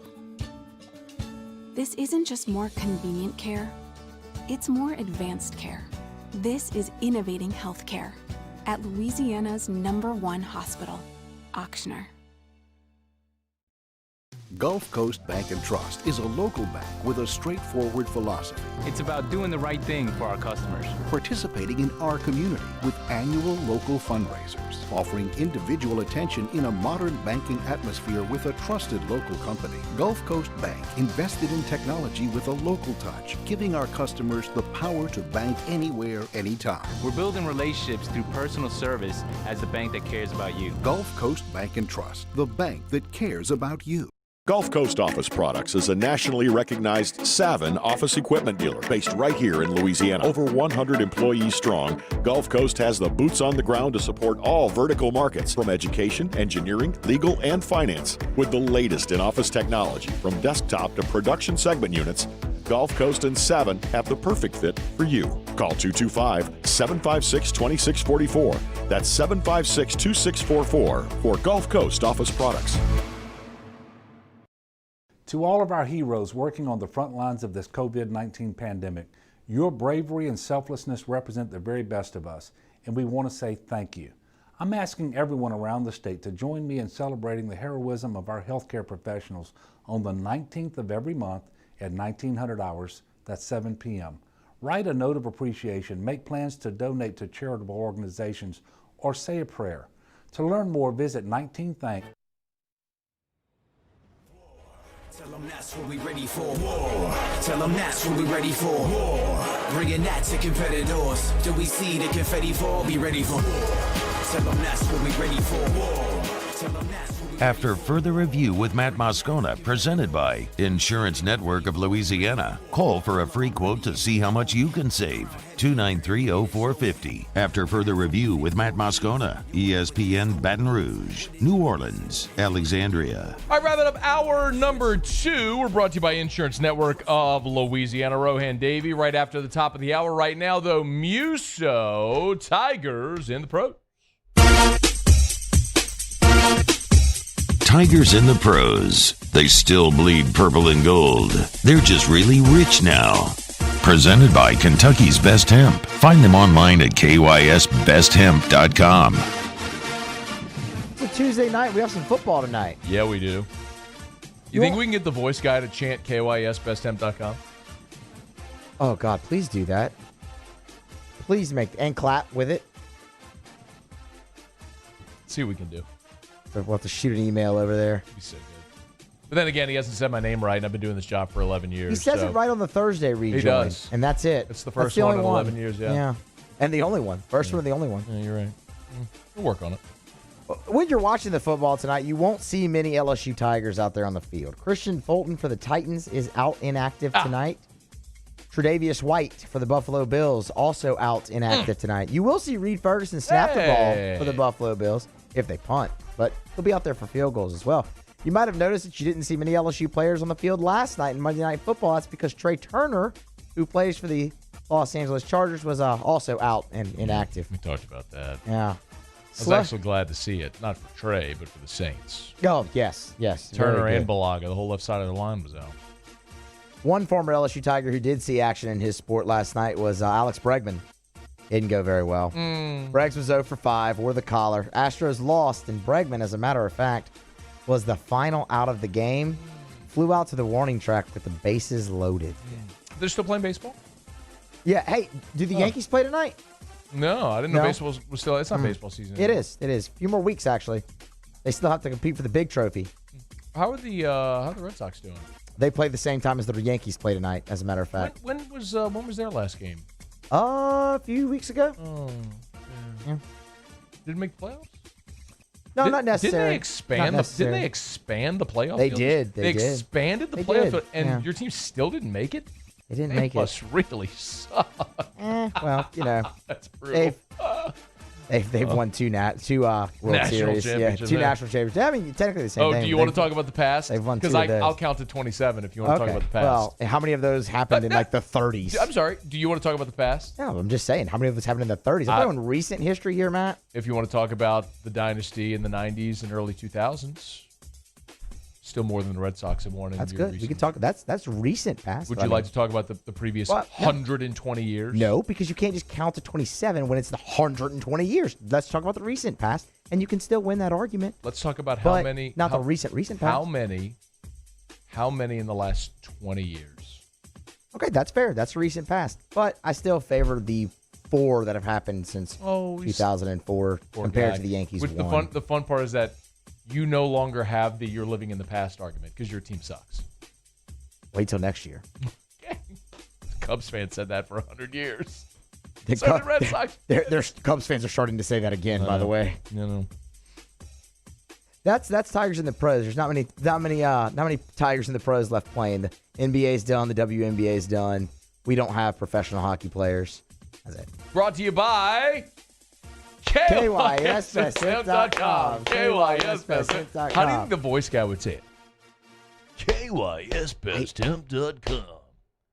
Yeah? We need to make this happen. I want to hear it. KYSBestHemp.com. With Matt Moscona. Lewis Coleman's company, former Tiger pitcher, All-American Lewis Coleman, Kentucky's best hemp. Try it out. Use the promo code AFR30 and get 30% off your order at KYSBestHemp.com. KYSBestHemp.com. Or KYSBestHemp.com. All right, hour 3. Rohan Davey joins us right after SportsCenter. AFR. AFR is brought to you by South Point Volkswagen, SouthPointVW.com. New and certified pre-owned in Baton Rouge and online at SouthPointVW.com. If you're in the market for a new vehicle or maybe you want to buy a pre-owned vehicle, get to South Point Volkswagen or online at SouthPointVW.com. Remember, they have both new and certified pre-owned vehicles, and because they moved so much new inventory, they have pre-owned vehicles, more than 100 certified pre-owned vehicles on the lot, all different makes and models. So check them out at SouthPointVW.com. Of course, great fall specials right now, fun fall savings. You can get a Jetta right now for 0% APR for 72 months. Same on Tiguan models, 0% APR for 72 months. What an awesome time to go test drive a Volkswagen right now. South Point Volkswagen, Louisiana's largest volume Volkswagen dealer. They sell more Volkswagens. They give you a better deal. German engineering manufactured right here in the US of A at their Tennessee plant. South Point Volkswagen. What's your direction?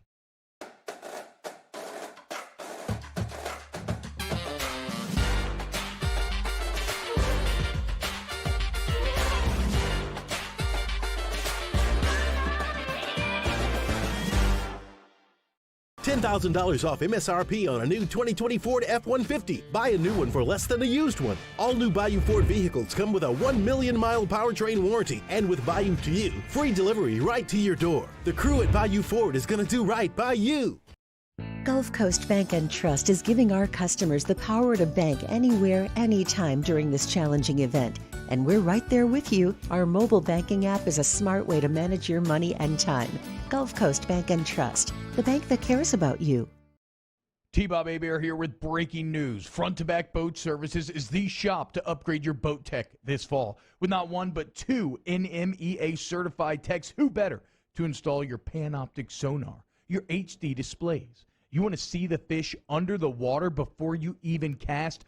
They have that. Trolling motor you could control with your iPhone? They have that. So what are you waiting for? Get into Front to Back Boat Services right now. Upgrade your boat tech. Make your boating dreams come true. Front to Back Boat Services. At GMFS Mortgage, thanks to you, we've been changing lives for over 21 years. So far this year, that includes providing thousands of meals for the homeless, donating and helping raise $125,000 for the Greater Baton Rouge Food Bank, feeding hundreds of police officers during the stay-at-home order, and feeding local nursing homes. So if you're ready to buy, build, renovate, or refinance, choose a local lender that's changing lives in our community. Choose GMFS Mortgage today. GMFS, changing lives. I've been doing business with Luba for 25 years. They're dependable, trustworthy. It's just the attention to detail with our clients. Our folks have years and years of experience. They're highly trained professionals. But many companies have that asset. What I'd like to think makes Luba a bit different is that we use those talents in a way that truly is dedicated to serving the needs of the folks who depend on us. This isn't just another day. It's so much more. Kelly's life was put on hold when her auctioneer primary care doctor discovered a rare blood disorder. Her doctor connected her to an auctioneer care team of cancer, heart, and kidney specialists. With multiple primary care locations around Baton Rouge, same-day appointments, and online scheduling, we're relentless about keeping you healthy. Auctioneer Baton Rouge, innovating healthcare for Kelly. At Corval Toyota in Opelousas, you can get into a RAV4 for $3,000 off MSRP. That's right, $3,000 off MSRP. And we have plenty in stock. So come on down to Happy Town. That's Corval Toyota in Opelousas, Happy Town, USA.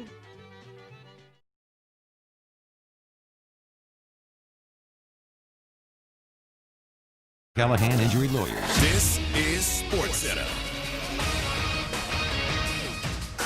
I'm Christine Lisi. This is what you need to know. Back spasms will sideline Dodgers ace Clayton Kershaw for Game 2 of the NLCS against the Braves tonight. With Kershaw scratched, L.A. turns to Tony Gonsolin. ESPN MLB analyst Jessica Mendoza. Tony Gonsolin, there's nothing negative about him. He's had a phenomenal year. He hasn't pitched since September 26th. This is Clayton Kershaw. What he brings, what he can do, the stuff. And by the way, he's having a better season this year than he's had in the last 5. He has been lights out.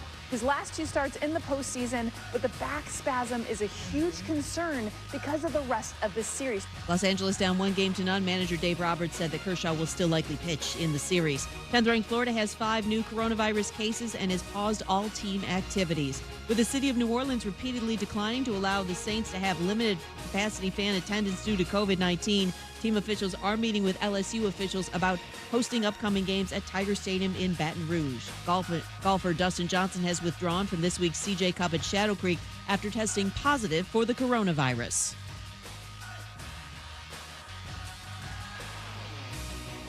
Coming up Wednesday, who are the real and not so real contenders for next year's NBA championship? Keyshawn, J. Will, and Zubin. Wednesday, 6 Eastern, ESPN Radio, ESPN News.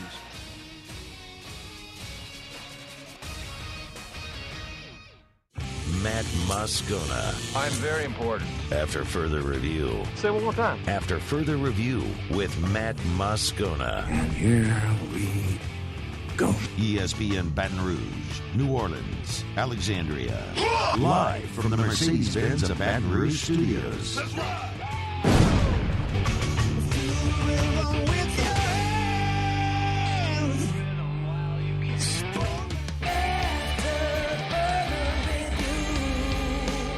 Hour 3, off we go. Welcome aboard. Glad you're with us. AFR, presented by Insurance Network of Louisiana. I'm Matt.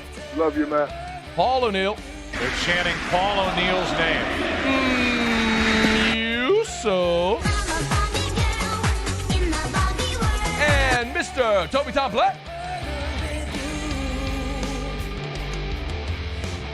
We're here. Glad you are as well. 5 o'clock. It is quitting time. And glad you are driving home with us. Ton to get to here. Rohan Davey set to join us as we start hour number 3. A lot to talk about with Ro. If you have not yet heard a couple of newsy items to check the box, University of Florida football program has postponed, temporarily halted football activities. They had 5 positive COVID-19 tests, no doubt contact tracing, etc., has led to this decision. No word yet on Saturday's game as if it's going to be impacted, but temporarily postponing or halting team activities. Also, the New Orleans Saints and LSU today have confirmed they are in conversations about potentially playing games in Tiger Stadium so that way they could have fans because the mayor of New Orleans continues to be an impediment to progress. We'll see what happens there. Right now, though, let's talk to Rohan Davey. Rohan Davey.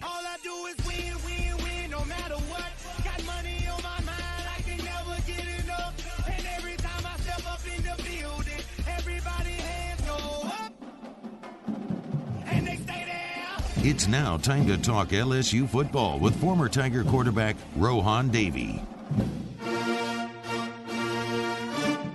Presented by South Point Volkswagen and SouthPointVW.com. If it's on the lot, it's online at SouthPointVW.com. South Point Volkswagen. What's your direction? Rohan, you ever seen a woman letting her concealer bake? Yeah. Still gets him every time. What's going on, man? How are you? What's shaking? Another day, man. Look, you and I talked, obviously, after the game on Saturday where LSU lost to Missouri on Whiskey and Wine. Now with 3 days to let things settle, I'm curious, as you look back on that game in hindsight, what your feeling is today about that game and about this team right now. Feeling is pretty much as far as offensively, I still think that Miles played a pretty good game. That's the position I was watching the most. I think that the problem going forward is can we on defense? I saw Coach Ed Orgeron say something about shortening it down or shrinking the verbiage and simplifying. Simplifying all that, right?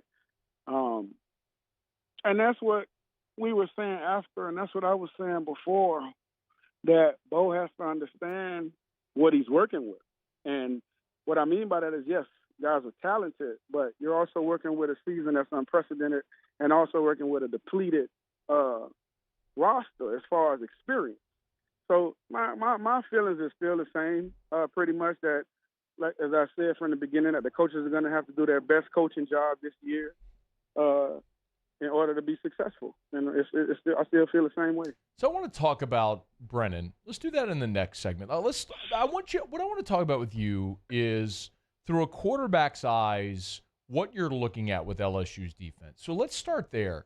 What are the Connor Bazelak and KJ Costello, like, what are these guys seeing when they come up to the line and look at LSU? Well, just depends on what formation or what motion.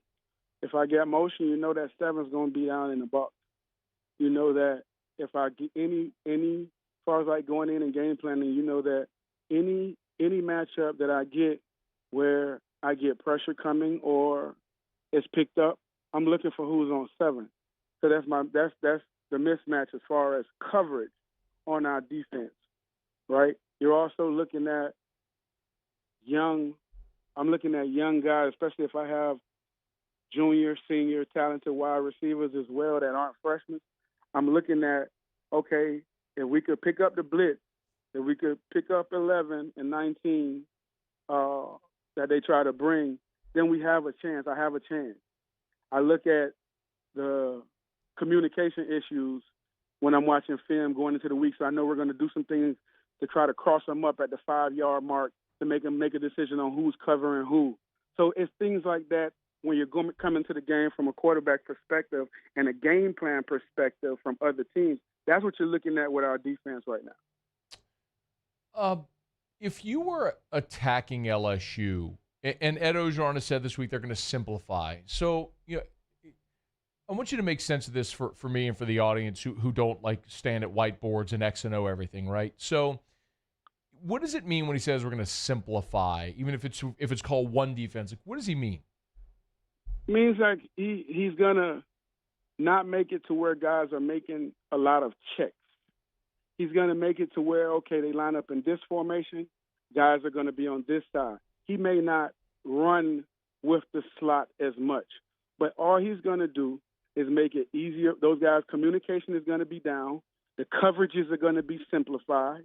You understand? I spoke to a buddy of mine today, and we were just talking about this. And the one thing, and he brought up a point about he remembers going in when Bo was there, going into the defensive room and putting a game plan in all week, and then coming in on Thursday, and it's 20 more blitzes that they haven't, gone over. But they're getting put in that day on top of everything, where Thursday's a cleanup day where you clean up the things that you going to run in the game, because Friday is now a travel day. So it's just things like that. He has to simplify it, meaning we're not putting things in on Thursday, right? We're not putting in whatever many more blitzes on Thursday. So simplifying it is, and also cutting down on the verbiage. So you may not want a guy to keep running with the slot defender, or you may not want rotation. So that's part of it that you cut out. You cut out who's going with who. As far as the only person on our defense that should be traveling with anybody is Derek Stingley right now. Everybody else need to learn the side of the field. Now, they may not flip him over and put Ricks in the slot against the corner if his guy go over. So simplifying it is simply that. We're going to cut it down so these 4- and 5-star athletes could run, jump, and do the things that come natural to them and not worrying about, well, do I have coverage right here? Am I coming down in the box? Am I switching on this if he comes my way? Cutting all of that out for those guys. So how does that then in turn, if I'm a play caller, right, and we see like the check with me's, right? So I'll look at the defense and they check to the sideline to see based on what LSU or whatever the defense has showed if they switch the play. Well, if you don't in turn change anything defensively, does that make it easier for an offense to game plan against you and attack you? Well, it'll make it easier going forward. But now what you're doing is that's the risk you're taking. That now they can scheme against what you're doing. But what you're saying is, okay, even if they scheme against us and I run this, I'm expecting my athletes to be athletes because they know exactly what they're doing. I'm expecting their natural abilities to come to take over. Yes, it does make it a little bit easier for teams to scheme against you if you know, okay, on third down, they're only going to be in cover 2, and the only thing they may do is drop the Mike linebacker to the middle of the field. You know what I mean? It does make it easier. But what you're hoping is, and you put in enough variation, and when you say cut it down, you don't cut it all the way down. You still have to have a little variation, and you're hoping that you have enough variation, whether it's 10%, 15% of the time, that these teams don't hone in, okay, well, LSU's predominantly cover 2 on 3rd and 8 because they don't want to put these guys in positions to make calls. So you hope that, you don't hone in on that, and you hope that you could throw in a little 15% in there so you can keep those offensive coordinators off balance, and also those quarterbacks to thinking, okay, it is predominantly this, but it also could be this and this. Is that, though, basically what LSU did against Mississippi State? And it didn't go well? I think against Mississippi State, because it was the first game of the season, because everyone basically was in it and seeing this offense for the first time, I think that that's why I put everything to the second game. How are they going to adjust? Because the first game is a first for everybody. It's a first for you to see those guys in those live situations. It's a first for you to see those rushes. Like, everything is a first. So that's why that is why I had a problem with not adjusting at halftime, because I thought you saw enough to know that we can't do this. Let's go win the football game and keep everything in front of us and run the football. So I think that first game just showed that those guys weren't ready for the situation, and that's why I said the coaches had to earn their money. Ro's with us. Let me knock out a quick break, Ro. I want to come back. I want to ask you where you started. I want to ask you about Brennan and the progress he's made week 1 to week 3 and what material progress Ro sees. We'll get to that when we come back. It's After Further Review, brought to you by Insurance Network of Louisiana. Stick around. AFR. Brought to you by Clegg's Nursery. Buy local, shop local at Clegg's Nursery. Good news, of course, after last week, the Baton Rouge Green Tree Spree had to be canceled because of the threat of Hurricane Delta. It's been rescheduled for this Saturday, so this is the perfect time to plant a tree. And Baton Rouge Green Tree Spree is rescheduled. So this Saturday at the Clegg's Nursery on Segan Lane, you can get by and see our friends over at Clegg's. At the Segan Lane location, only from 8 until 1. It's the 4th annual Green Tree Spree, just in time for Louisiana's tree planting season, which runs from December through February. So this is the perfect time to get by Clegg's Nursery for the Green Tree Spree. If you want to plant a tree, this is the time to do it right now. Again, this Saturday, October 17th, 8 to 1 at the Clegg's Nursery on Segan Lane. Get out there, check out their great inventory, plant a tree, see everything that they have to offer at the Segan Lane location of Clegg's. This Saturday, Clegg's Nursery in Baton Rouge. I've been doing business with Luba for 25 years. They're dependable, trustworthy. It's just the attention to detail with our clients. Our folks have years and years of experience. They're highly trained professionals. But many companies have that asset. What I'd like to think makes Luba a bit different is that we use those talents in a way that truly is dedicated to serving the needs of the folks who depend on us.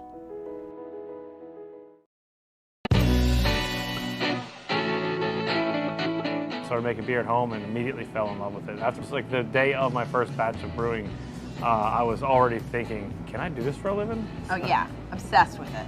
He was totally consumed by it, and then looked at me one day and told me I was put on this earth to brew beer. And I was like, wow, that is such a bold statement. And if you can say that about anything, then you need to follow your dream and do it.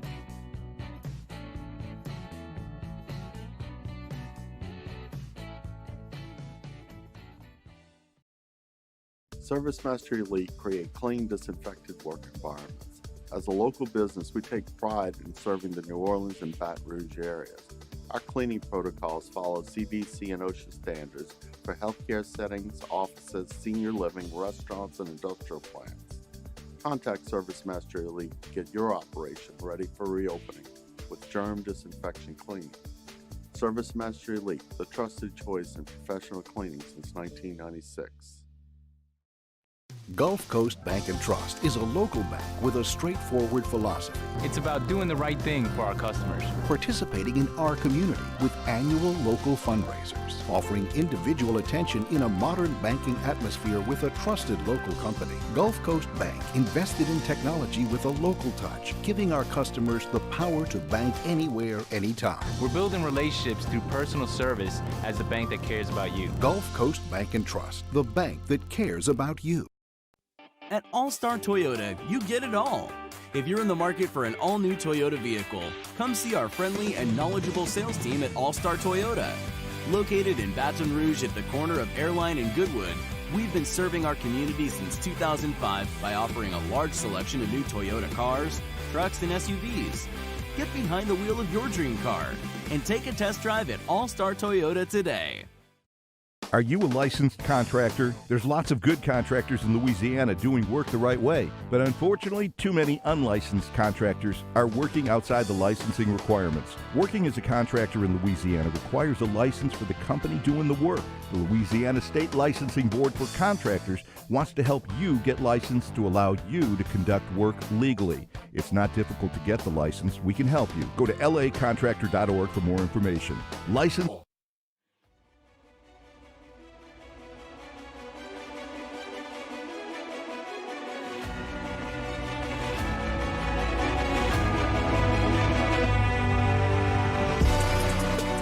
After further review with Matt Moscona, presented by Insurance Network of Louisiana. Call for a free quote to see how much you can save.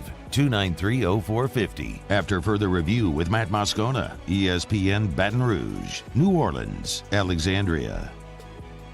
All right, we continue with Rohan Davey. Chat's brought to you by South Point Volkswagen, airline just north of Highland, or southpointbw.com. Hey, bro, let's flip it over. Spent the last segment, if you're just joining us, talking about the LSU defense and through a quarterback's eyes, what they're seeing and how we adjust to that. I wanted to talk, though, as you flip the field row, because you started by talking about the improvement that Miles Brennan made. What do you see? Are there moments where you can tell a material difference from week 1 to week 3 and how Miles has progressed? Well, you can see it on some of the throws he made. Some of the throws he made that were what you consider tight window throws where you had to trust it and stick it in there. You even saw him stick it in there to 44 down the seam. That was a drop ball, which, in my opinion, that's when you got to understand and know your personnel as far as the coaches and get two in there or get somebody else in that position. But you just saw, and also for me, I watch those guys when they're coming out the huddle as the young quarterbacks, and also check to see how quick their feet get settled, meaning they're in the game. It's not moving too fast for him. And he settled down a lot quicker this week. And also I saw when guys was breaking the huddle, you could tell that his communication was clear. They definitely, from an offensive standpoint and from an offensive coach's standpoint, they definitely simplified some things for him as far as cutting down the field for him, meaning just giving him one side of the field to read, sometimes just one guy. And you saw the arm talent on those times and on those throws when he didn't have to think about it. All he had to do was make one, read guys up and hitch up and let the ball go. And you saw the arm talent that everyone was talking about. So you saw a nice progression from him, man, coming into this week. And he looked very comfortable with what was being called, looked comfortable in the pocket and getting the ball out of his hands. 430 yards, 4 touchdowns, no turnovers. I mean, that's about as flawless as you can be. What's the next step in this progression for Miles? Well, the next step is now to do that again. Actually, it's to do it again and to show that you can have that patience and that wherewithal to do it again, and it's not just a one-time thing. So it's to do it again. And naturally, now it's going to be better competition. So to do it again and be that efficient and consistent against better competition. And for the coaches to continue to understand and throw little wrinkles in there, whether it's a screen off of the same action or, whatever it may be that they can throw in to the formations that they are now clearly 3-by-1 and 3-by-2 with the empty set, 3 receivers on one side, 2 receivers on the other, or with 2 down as a nug tight end on the end with the running back over the top of them. That seems to be a formation they like to try to get it to the tight end. So now it's just getting creative off of those things, off of those formation with those guys. You ever been part of a team that didn't convert a third down in an entire game? No. I mean, what should I make of that on a day when they score 41 points and put up 500 yards of offense? I mean, game planning. What do you mean? I mean, game planning should have been a different strategy game plan-wise. Some of it was execution, but need a different strategy game plan-wise when it comes to third down. Third down is not only on the players. Third down, especially when you're that horrid from third down, that's also on the play calling and also on the execution of play calling and the scheme. What would you have liked to see? Well, because I don't remember every third down naturally, but I would have just liked to see them have a more have an effort to send the ball to the guys that are your playmakers. Scheme for those guys to get the ball on those down and distance situational football. I would have liked to see more of that. At least now you're targeting the guys that make plays for you, are going to make plays for you, instead of just giving giving Brennan the option to whether it's, go through his read choices, put it just like they did during the course of the game, but more even concentrated on third downs. Let's target 6, let's target 2, let's target 10. You know what I mean? Let's target the guys that we know going to make plays for us. Why couldn't they run the ball? It wasn't. I think the running part honestly was like a smoke screen this week. I don't know why, because I don't think there was really an effort to try to run it. Well, that's what I'm trying to get to, especially in a game where you're playing. I don't know, because they've given up so many rushing yards to everyone, so you would think that, okay, at least going into it, we could hang our head on running the football, which is what we heard the entire time. But that's not. I don't think there was an effort, like you. They just didn't try to run it. I don't think they tried to force to run it enough or anything like that. Just like previously, I don't think they tried to run it. I think they went into it talking about it, but it went back to, and I mean, we were efficient passing the game, and I understand that, but we didn't have an effort to run the football, so I don't think we could because we didn't have an effort to run the football. And John Emery had 7 yards. Yep. I mean, in my mind, I'm thinking, why not try to change the pace of the game? And Ed Ogeron said on Monday, in some respects, they're stacking the box. You take what they give you, which is passing the football. But I don't know, Ro. I mean, if you're running 4 receiver sets, in some respects, you dictate what the defense is going to do, so you can spread them out, right? I mean, should you be able to? You go ahead. Yeah, you can do that, or you could have things that are like extensions of the run. We could have a little more screens. You could have more guys right next to you and just toss them the football, let them pick a hold, block on block, let them pick a hold, get downhill. You still need to honor the integrity of the run, even if they are stacking the box. You're still trying to get out on the edge. You could get out on the edge other ways, especially when you have these 3 and 4 receiver sets that we're in so much now. So they can't stack the box too much. You know what I mean? Yeah. Which is why it's perplexing. Like, can they just not run out of those spread formations? Were they just getting beat at the line and hat on a hat football? Well, let me say now, the line has some times where they let some guys go and came up short on some things, but I just don't think there was an effort to run the football. Yeah. And also, with how we were giving up points, also, I think that also played a factor into, their decision making on early. So I don't know. Rohan Davey with us. Before you go, I got to ask you about the goal line sequence. As bad as the defense was. Why don't you ask Scott Linehan? Well, I understand that, but what I want to ask you, though, is the 4 plays that they called, are you confident that they should have been able to score on one of those plays? Hey, I told you I didn't see them plays. All right, let me ask you. I didn't see them plays. All right, so they out of a shotgun formation, they ran Ty Davis Price twice, didn't score. Then they called a timeout. Then they threw a screen to Terrace Marshall, or they attempted to, in the left flat, which got batted down. And then on 4th down, they rolled Miles Brennan to the right, and he threw into coverage in the end zone low, and it was incomplete. I don't ever I can understand kind of the rolling thing, but it'd be hard for me to roll Miles. Just because once you cut off a side of the field, rolling him, I understand getting him out the pocket. And I probably would prefer to half roll him and set the pocket and let him get so he can see the field. But I would think that on 1st down, there's no always when you in the shotgun, bro, and you 1st down and the guys next to you, everyone anticipates you running the football. And I'm not questioning the call. So I think if you hand it off to the running back twice from 1 yard and you LSU, I think you should get in. I agree. You know what I mean? I think you should get in. So I wouldn't doubt those 2 calls because I think you should, just off the muscle, you're supposed to get in there. What do you think about handing off? They handed off out of the shotgun, though. They did not go under center. I mean, that's my problem with it. Like we talked about, that's my biggest problem with it. I'm not a fan of going back 5 yards from where you are to run up 5 yards from where the ball is being snapped on the goal line. And there's too many things that could go wrong. Bad snap, dribble, snap, guys but loose, guys come free because they know you back there. So I would have much liked to see him just go underneath on that, absolutely. Is LSU capable of doing that, considering they run every play out of the shotgun? Can they go under center? Oh, yeah, of course, man. You should teach these guys, man. We've done it.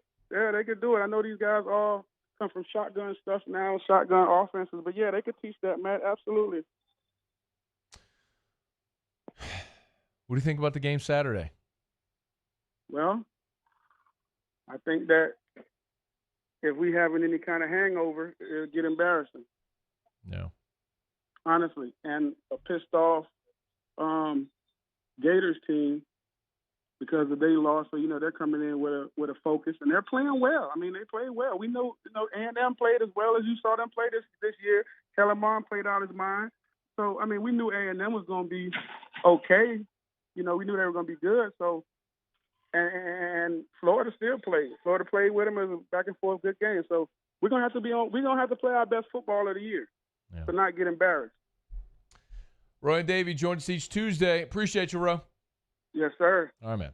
It's after further review. Glad you're with us. Let me remind you about our friends over at the Williamson Eye Center, WilliamsonEye.com. 924-2020, 924-2020, 924-2020, or WilliamsonEye.com. You can trust Dr. Blake Williamson. They got 6 locations around the greater Baton Rouge area, including their newest location, which is on the Baton Rouge General Campus. If you turn off a Bluebonnet onto Picardy, it's on your right. I mean, it's the building. When you come up to the stop sign, it's on your right. They have the 1st and 2nd floors. Williamson Eye Center, state-of-the-art facility. Of course, they've still got their Connells Park address as well. They're in Denham. They're in Zachary. They're in Watson. New Roads, it's in Williamson Eye Center, WilliamsonEye.com. To learn more, to schedule your free consultation, or give them a buzz at 924-2020. If you want to live your life without contacts or glasses, don't sit there and say, I'm not a candidate for that, or I wouldn't qualify for this. You'd be amazed at how far refractive surgery has come. Even someone like my dad, who 30 years ago had RK surgery, he was able to have a lens replacement last year, and now he's able to see without glasses. Williamson Eye Center can make it happen for him, for me, and for you. WilliamsonEye.com, WilliamsonEye.com, or give him a buzz at 924-2020. Appreciate Ro for coming on, as always. I this Saturday is going to be a big test for one of my theories about Ed Ogeron, which is that he thrives in these back against the wall type moments. Last year certainly showed as the season went along that they could be a front runner when they were big favorites, that they could win. But one of the things that became problematic at the end of the Les Miles tenure was there were always letdowns. I mean, it was, when you lose to Bama, we know how many Novembers spiraled. And with Ed, during his time in Baton Rouge, they've been able to rebound after losses. Losses to Bama and then having success in November, or like we talked about, the loss to Troy in 2017, coming back a week later and going to Florida and winning 17-16. So I'm very curious to see if this is a galvanizing moment for this team, this program, going to Gainesville this weekend, or if it's a spiral moment. Because the thing that I'll continue to say about this team is that if they don't get it together, the biggest condemnation is going to come this spring, because you're going to have 7 to 10 guys on this team drafted. I mean, Ed Ingram's going to get drafted. Austin Deculus is going to get drafted. Liam Shanahan's got a shot to get drafted. Terrace Marshall's going to get drafted. Glenn Logan is going to get drafted. Ali Gay's going to get drafted. Jabril Cox is going to get drafted. Jacoby Stevens is going to get drafted. I mean, that's 8 guys that just rattled off right there. And there's others that are going to have a possibility, not including Shelvin and Chase, obviously. But you're going to be right there among the programs with the most guys drafted in this draft. And that's not including young guys like Stingley and Gilbert, and guys that are making a big impact, that are going to be high picks when their time comes. You got the talent. You've got to find a way to bridge that gap from what's coming out of the coaches' mouths to what's being executed on the field defensively. If you're able to do that, you're talented enough to go to Gainesville and win. You're talented enough to beat South Carolina and beat Arkansas and beat Auburn and beat Texas A&M. I don't know if you can beat Bama, quite honestly. But that game's in Baton Rouge. You're talented enough to play with anybody on your schedule. Can you go put it together and win games? This weekend will be a gigantic referendum on that for the remainder of the season. Do you elevate or do you spiral? We'll find out on Saturday. All right, it's After Further Review. Glad you're hanging out with us here. We'll knock out a quick break. There are some new bowl projections out, and possibility of an NFL playoff bubble is being discussed. We'll give you the info when we come back. It's After Further Review. AFR. AFR is brought to you by the Baton Rouge General Hospital, online at brgeneral.org, brgeneral.org. They're always finding creative ways to make sure that our communities stay healthy. Telling you, of course, with October being Breast Cancer Awareness Month, they're encouraging the ladies in our lives to protect your pumpkins and schedule your mammogram. You can do that at brgeneral.org. Don't forget, just because COVID's here. And how about Boomers and Beyond? It's a wellness event for ages 55 and up, where you can get beyond just your screening appointment. You can learn more at brgeneral.org, or you can register brgeneral.org. It's right there on the homepage. The Baton Rouge General Hospital, brgeneral.org, to get all the information you need about Boomers and Beyond, about getting those mammograms scheduled for all the ladies in our lives right now. Maybe it's almost delivery time as your family grows, or if you need cancer treatments, or whatever the case may be. The Baton Rouge General Hospital is here to care for the people of the Baton Rouge community. Learn more at brgeneral.org. Do you know someone who sets a good example for all of us to follow?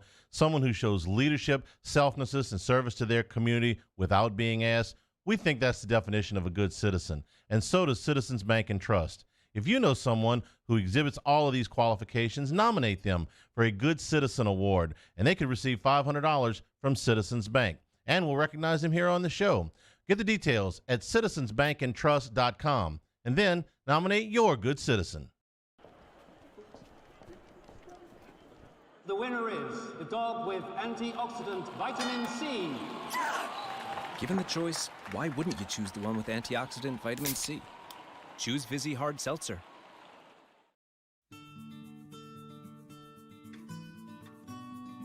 This is a house call. This is a follow-up appointment. This is a diabetes checkup. This isn't just more convenient care. It's more advanced care. This is innovating healthcare at Louisiana's #1 hospital, Ochsner. $10,000 off MSRP on a new 2020 Ford F-150. Buy a new one for less than a used one. All new Bayou Ford vehicles come with a 1 million mile powertrain warranty. And with Bayou to You, free delivery right to your door. The crew at Bayou Ford is going to do right by you. Gulf Coast Bank and Trust is a local bank with a straightforward philosophy. It's about doing the right thing for our customers. Participating in our community with annual local fundraisers, offering individual attention in a modern banking atmosphere with a trusted local company. Gulf Coast Bank invested in technology with a local touch, giving our customers the power to bank anywhere, anytime. We're building relationships through personal service as the bank that cares about you. Gulf Coast Bank and Trust, the bank that cares about you. To all of our heroes working on the front lines of this COVID-19 pandemic, your bravery and selflessness represent the very best of us, and we want to say thank you. I'm asking everyone around the state to join me in celebrating the heroism of our healthcare professionals on the 19th of every month at 1900 hours, that's 7 p.m. Write a note of appreciation, make plans to donate to charitable organizations, or say a prayer. To learn more, visit 19thanks.org. Thank you, and God bless. Gulf Coast Office Products is a nationally recognized Savin office equipment dealer based right here in Louisiana. Over 100 employees strong, Gulf Coast has the boots on the ground to support all vertical markets from education, engineering, legal, and finance. With the latest in office technology from desktop to production segment units, Gulf Coast and Savin have the perfect fit for you. Call 225-756-2644. That's 756-2644 for Gulf Coast Office Products.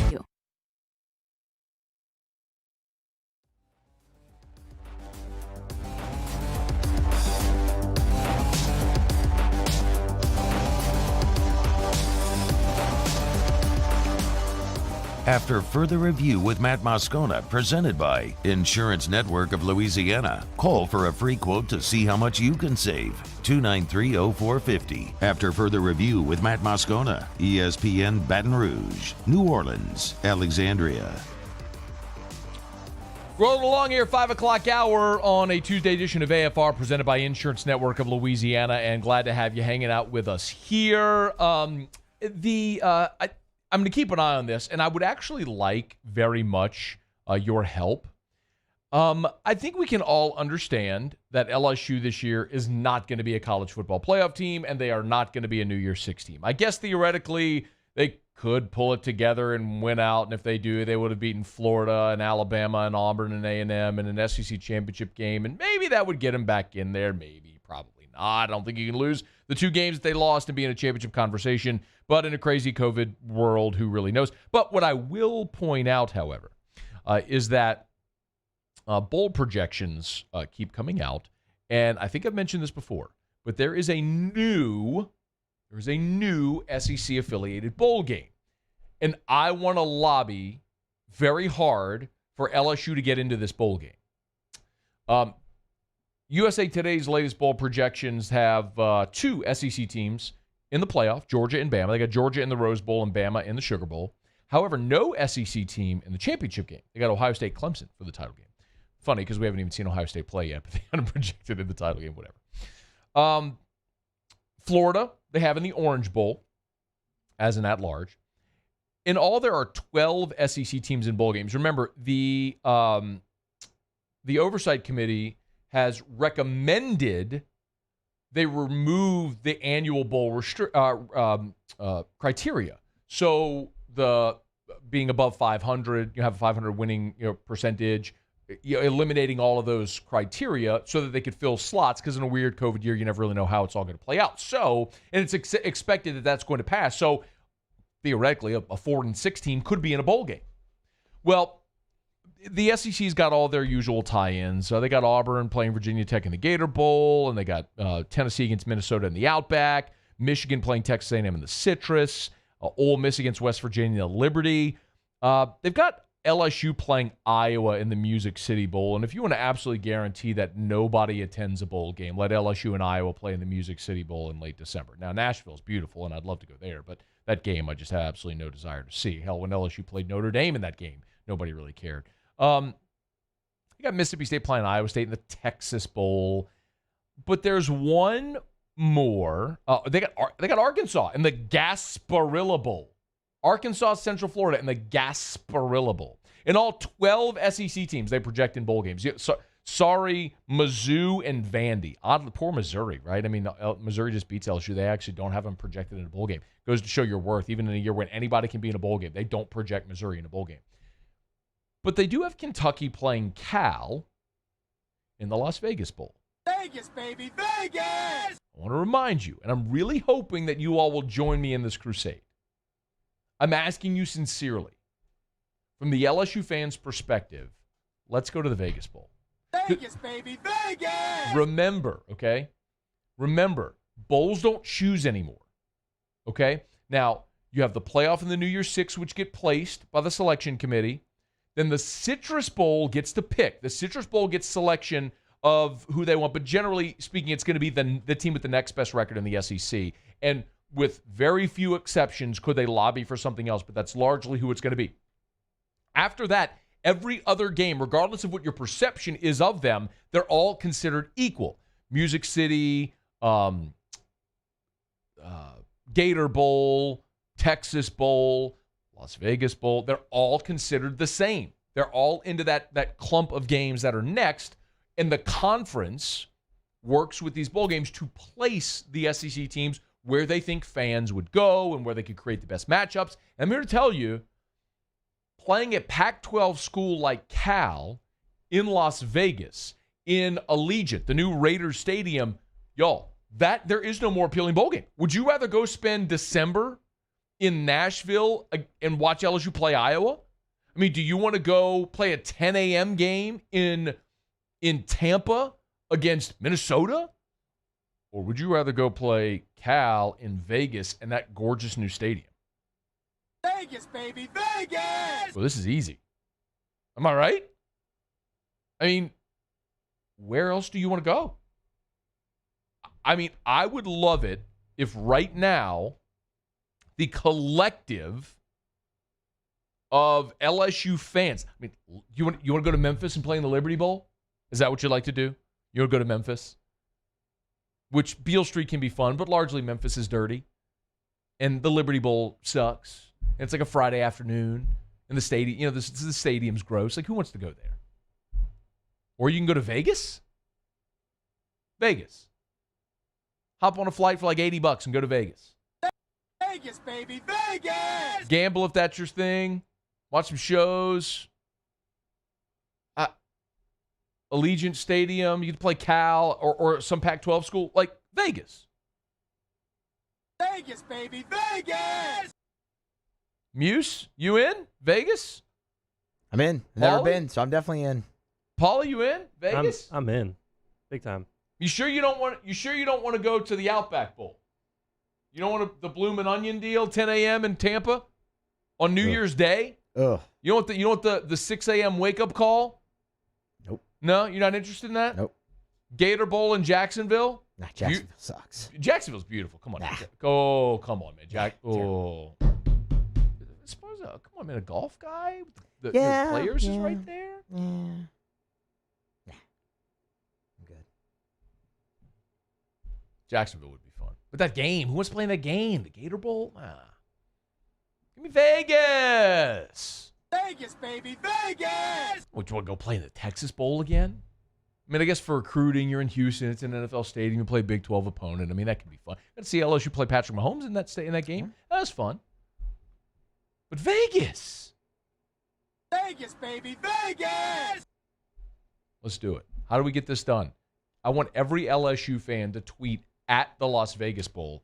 Let me see what the Las Vegas Bowl Twitter handle is. It's at Las Vegas Bowl. I'm gonna follow. They only have 11,000 followers. So like, if every LSU fan starts just bombarding the Las Vegas Bowl Twitter account, let's get there, man. Let's go. It was different when it was in the crummy UNLV stadium, Sam Boyd Stadium or whatever it is. Like Mountain West teams. I was about to say, do you really know the name of their stadium? Yeah, so you don't? Not UNLV, no. Your face. Well, Muso, Maybe one day you become the host of an award-winning show, you'll know the stadium. No, that's what it takes to know the name of UNLV Stadium, the Running Rebels. Where do they play their home games? They're building a new stadium, though. I did not know that. Oh, good for them. No, actually, no, I'm sorry. They're going to play at Raider Stadium. That's even better. Yeah, that is even better. Okay. So please go tweet at Las Vegas Bowl and say and beg them to take LSU because we want to descend a purple and gold dissension upon the city of Las Vegas. Let's do it. Vegas, baby, Vegas! Muse is having trouble with them drops. All right, it's after further review. Oh, real quick, one more, I almost forgot. NFL and NFLPA, according to The Athletic, reporting that the league is considering the viability of a postseason bubble, similar to what we've seen here in Major League Baseball. LA and Dallas could be two potential options. Makes sense. New SoFi Stadium and then Jerry World. You'd have an AFC and an NFC postseason bubble for those. And I'll say it to you this way. I know we started the show talking about after the Saints win, but as much as we'd love to see the Saints be the one seed, the benefit would obviously be having a bye. But if you're going to go into a postseason bubble theoretically, then then home field advantage is just negated. So just get in. Just get in wherever it is. If it's not the one seed, then it really doesn't matter. Just get in if you're going to a postseason bubble. We'll keep you posted as that progresses. All right, it's after further review. We'll knock out our final break. Come back. Outer Locks next. AFR. Brought to you by River City's 1 Hour Air. Made a gigantic purchase over the weekend. Told you about it yesterday. Woke up on Sunday. Home was hot. Called River City's 1 Hour Air. They were out to our house early afternoon. Turns out our AC went kaput, but River City's 1 Hour Air will never replace an AC without getting a second opinion. So we had another technician come out to the house, make sure that all that work was verified. They went over all of the options with us to replace our air conditioning, and they were there Monday morning and getting us cool again, and then finishing up the job today. So if it's a repair, if it's Freon, or if you're like us and you need an entire new AC system and you have to spend an enormous amount of, nobody ever wants to make, like when you make big purchases, they should be fun. I get that. And this isn't a fun one, but at least we have the peace of mind knowing we have these great technicians and wonderful people doing the work for us at River City's 1 Hour Air. 752-0001, 752-0001. Do you have or have you had COVID-19? Antibody screening or rapid molecular testing can tell you. Lake Urgent Care Lake After Hours offers both with results from molecular testing in minutes. Learn more at lakeurgentcare.com. I've been doing business with Luba for 25 years. They're dependable, trustworthy. It's just the attention to detail with our clients. Our folks have years and years of experience. They're highly trained professionals, but many companies have that asset. What I'd like to think makes Luba a bit different is that we use those talents in a way that truly is dedicated to serving the needs of the folks who depend on us. T-Bob Hebert here with breaking news. Front to Back Boat Services is the shop to upgrade your boat tech this fall. With not one but two NMEA certified techs, who better to install your Panoptic sonar, your HD displays. You want to see the fish under the water before you even cast? They have that. Trolling motor you could control with your iPhone? They have that. So what are you waiting for? Get into Front to Back Boat Services right now. Upgrade your boat tech. Make your boating dreams come true. Front to Back Boat Services. I'm Jay Ducote. I grew up learning how to cook at LSU tailgate parties and right in my own backyard. And I created JD's Louisiana products to bring that Louisiana flavor to you at home for your backyard cookout. JD's Louisiana barbecue sauce, Louisiana molasses mustard, spicy and sweet barbecue rub, and more are available at your local supermarkets or by logging on to jducote.com/shop. Put in promo code CST for 25% off at checkout.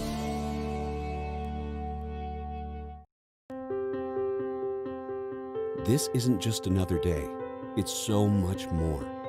Kelly's life was put on hold when her auctioneer primary care doctor discovered a rare blood disorder. Her doctor connected her to an auctioneer care team of cancer, heart, and kidney specialists. With multiple primary care locations around Baton Rouge, same-day appointments, and online scheduling, we're relentless about keeping you healthy. Auctioneer Baton Rouge, innovating healthcare for Kelly. ServiceMaster Elite create clean, disinfected work environments. As a local business, we take pride in serving the New Orleans and Baton Rouge areas. Our cleaning protocols follow CDC and OSHA standards for healthcare settings, offices, senior living, restaurants, and industrial plants. Contact ServiceMaster Elite to get your operation ready for reopening with germ disinfection cleaning. ServiceMaster Elite, the trusted choice in professional cleaning since 1996. $10,000 off MSRP on a new 2020 Ford F-150. Buy a new one for less than a used one. All new Bayou Ford vehicles come with a 1 million mile powertrain warranty, and with Bayou to You, free delivery.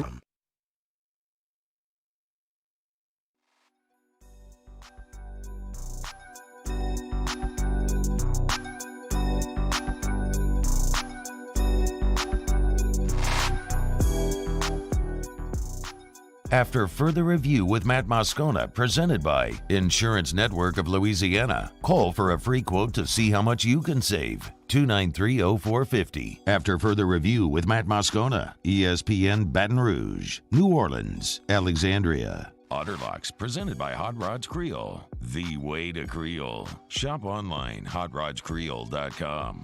All right, follow us in Baton Rouge. It is game time with Jimmy Ott. Jimmy Ott, the Otter, joins us right now for Little Otter Locks, presented by Hot Rods Creole. Otter, how are you? Really good, man. Me and Roscoe watching the ball game on Saturday. Did some more wings, and I used the garlic butter, man, the butter rub and the regular rub bar. Marinated the wings overnight with olive oil, a little water, man. Indirect heat. They're a killer, man. They're killers. You're right. A little butter, baby. Hot Rods Creole, y'all check it out as soon as we, and now that we're getting closer to holiday season as well, if you want like corporate gifts, Hot Rods Creole, their boxes are amazing. You get like a sample. If it's the starter kit, as they call it, or the Big Daddy box, try that. You get one of each of their products. It's a great gift. If you want to, for a customer or client around the holidays, Hot Rods Creole gift boxes are a great, great gift for clients. So check those out, hotrodscreole.com, hotrodscreole.com, the way to Creole. All right, Otto, what are we betting on tonight, man? Man, going to the Astros. I do have to go with the Bill in the game, the makeup game. That's going at 6 o'clock. So seeing some threes around, too. Was at 3.5 for a long, long time. The obvious angle with Tennessee being very restricted in their preparation. So, I love Josh Allen. I mean, got to be up there as one of the most improved players of the year. He's really gotten so much better. He's not giving up on the routes, man. He's not just one look and then running every time. But he is big and fast enough and elusive, just like Herbert last night, where he can extend the play when things do break down or he's flushed out of the pocket. But he's way more committed to the passing the ball in rhythm, and Diggs has helped a lot. This is a different-looking team this year with Buffalo, where they did a lot of smoke and mirrors, defense, just kind of hang around a bad schedule as well. They're the better team. Tennessee's fortunate to be 3-0. We know that. They won by 1, 2, and 3 points. But like Buffalo in the first game, the one I like more tonight is Tampa Bay. We've had Tampa Bay. Look, 3-0 day for us yesterday. Oh, boy. Thanks for not answering the phone. You could have given us the picks. I was a Superior Grill. Things get distracting over there. The marks start flowing and Otter forgets his phone. But had Tampa Bay in both games. Really do like them. They're the better team. We know that. Tampa Bay, if you bet the money line all year, you're profiting like 17 units. Houston's in the ALCS and are -9 if you bet them all year. 9 units. I mean, but I like them tonight. Urquidy is a solid pitcher for them. They got the best of pitching matchup. And I just thought that that's kind of a little lucky yesterday with Tampa Bay. 3 unearned runs in the first inning, and then the double play to kind of kill the ninth inning where they scored 1 but stranded 3 more. So I like Houston coming back basically even money. So like the Astros tonight in Game 3 to get a win. He is Jimmy Ott, Otter Locks, presented by Hot Rods Creole. Hey, where are y'all tonight? What you got coming up? Dozy Place. Yeah, come on by, man. Right down the street. Get you a Sazerac rye old fashioned. And you know, Matthew, I grew up in New Orleans. It's a long line of the poor decisions in that city bar leaders. And this might be the best. By you. This may be the best, but I mean, in the 60s, there was a company looking to locate, but the city wanted to permit them to death, lease them, fees and licenses and all that. So they decided to instead invest in a town in rural Florida, Orlando. That company was Walt Disney World. They were looking at New Orleans East. Yes. I thought Disney was looking at Denham Springs. No, New Orleans East. New Orleans East, like toward that area. Ultimately, where they put Jazzland, that area. So check you on that, because I'm pretty sure they wanted to go put it in Denham. It's New Orleans East. Okay. It's okay. I'm gonna look it up.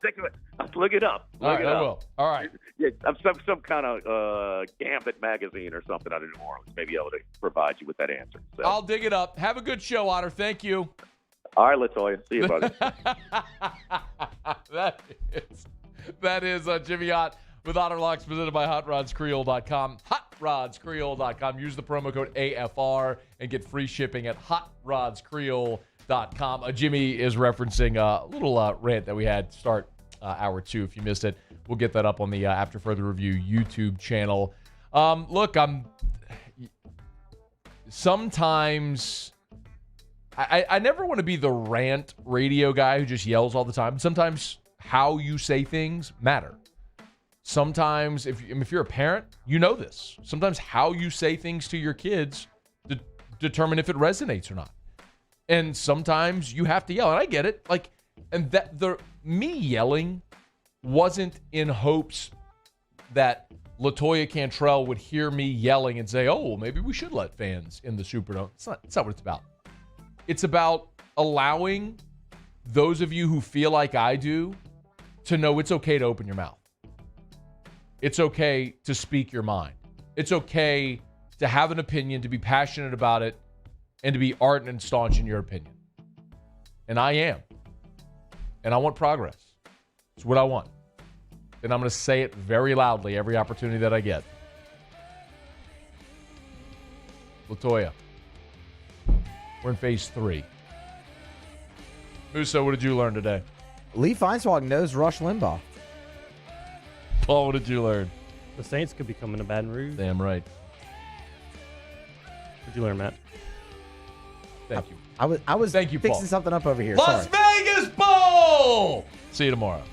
AFR. Getting on down the road, we remind you about Relief Windows and ReliefWindows.com. 288-8138, 288-8138 for Relief Windows and ReliefWindows.com. Windows door siding, Relief Windows and ReliefWindows.com. If you are in the path of Laura or Delta and you find yourself in need of energy-efficient replacement windows, beautiful entry doors, or hardy plank or vinyl siding, Relief Windows does all of that. Remember, they're not just in Baton Rouge. Relief Windows services all of the Gulf South. As a matter of fact, their second biggest market outside of Baton Rouge is actually Beaumont, Texas. So if you are in Southwest Louisiana or know someone who is, whenever you are ready, if you suffer damage from Laura or from Delta, whenever you are ready to start that renovation process, give Brandon Holly and our friends at Relief Windows a call. And remember, they never take $1 from you until the work is done to your satisfaction. That's the Relief Windows promise. ReliefWindows.com, 288-8138, or ReliefWindows.com. Gulf Coast Bank and Trust is a local bank with a straightforward philosophy. It's about doing the right thing for our customers. Participating in our community with annual local fundraisers. Offering individual attention in a modern banking atmosphere with a trusted local company. Gulf Coast Bank invested in technology with a local touch, giving our customers the power to bank anywhere, anytime. We're building relationships through personal service as the bank that cares about you. Gulf Coast Bank and Trust, the bank that cares about you. At All-Star Toyota, you get it all. If you're in the market for an all-new Toyota vehicle, come see our friendly and knowledgeable sales team at All-Star Toyota. Located in Baton Rouge at the corner of Airline and Goodwood, we've been serving our community since 2005 by offering a large selection of new Toyota cars, trucks, and SUVs. Get behind the wheel of your dream car and take a test drive at All-Star Toyota today. Are you a licensed contractor? There's lots of good contractors in Louisiana doing work the right way, but unfortunately, too many unlicensed contractors are working outside the licensing requirements. Working as a contractor in Louisiana requires a license for the company doing the work. The Louisiana State Licensing Board for Contractors wants to help you get licensed to allow you to conduct work legally. It's not difficult to get the license. We can help you. Go to lacontractor.org for more information. Licensed contractors, it's the law. This is a house call. This is a follow-up appointment. This is a diabetes checkup. This isn't just more convenient care, it's more advanced care. This is innovating healthcare at Louisiana's #1 hospital, Auctioner. $10,000 off MSRP on a new 2020 Ford F-150. Buy a new one for less than a used one. All new Bayou Ford vehicles come with a 1 million mile powertrain warranty, and with Bayou to You, free delivery right to your door. The crew at Bayou Ford is going to do right by you. Gulf Coast Office Products is a nationally recognized Savin office equipment dealer based right here in Louisiana. Over 100 employees strong, Gulf Coast has the boots on the ground to support all vertical markets, from education, engineering, legal, and finance. With the latest in office technology, from desktop to production segment units, Gulf Coast and Savin have the perfect fit for you.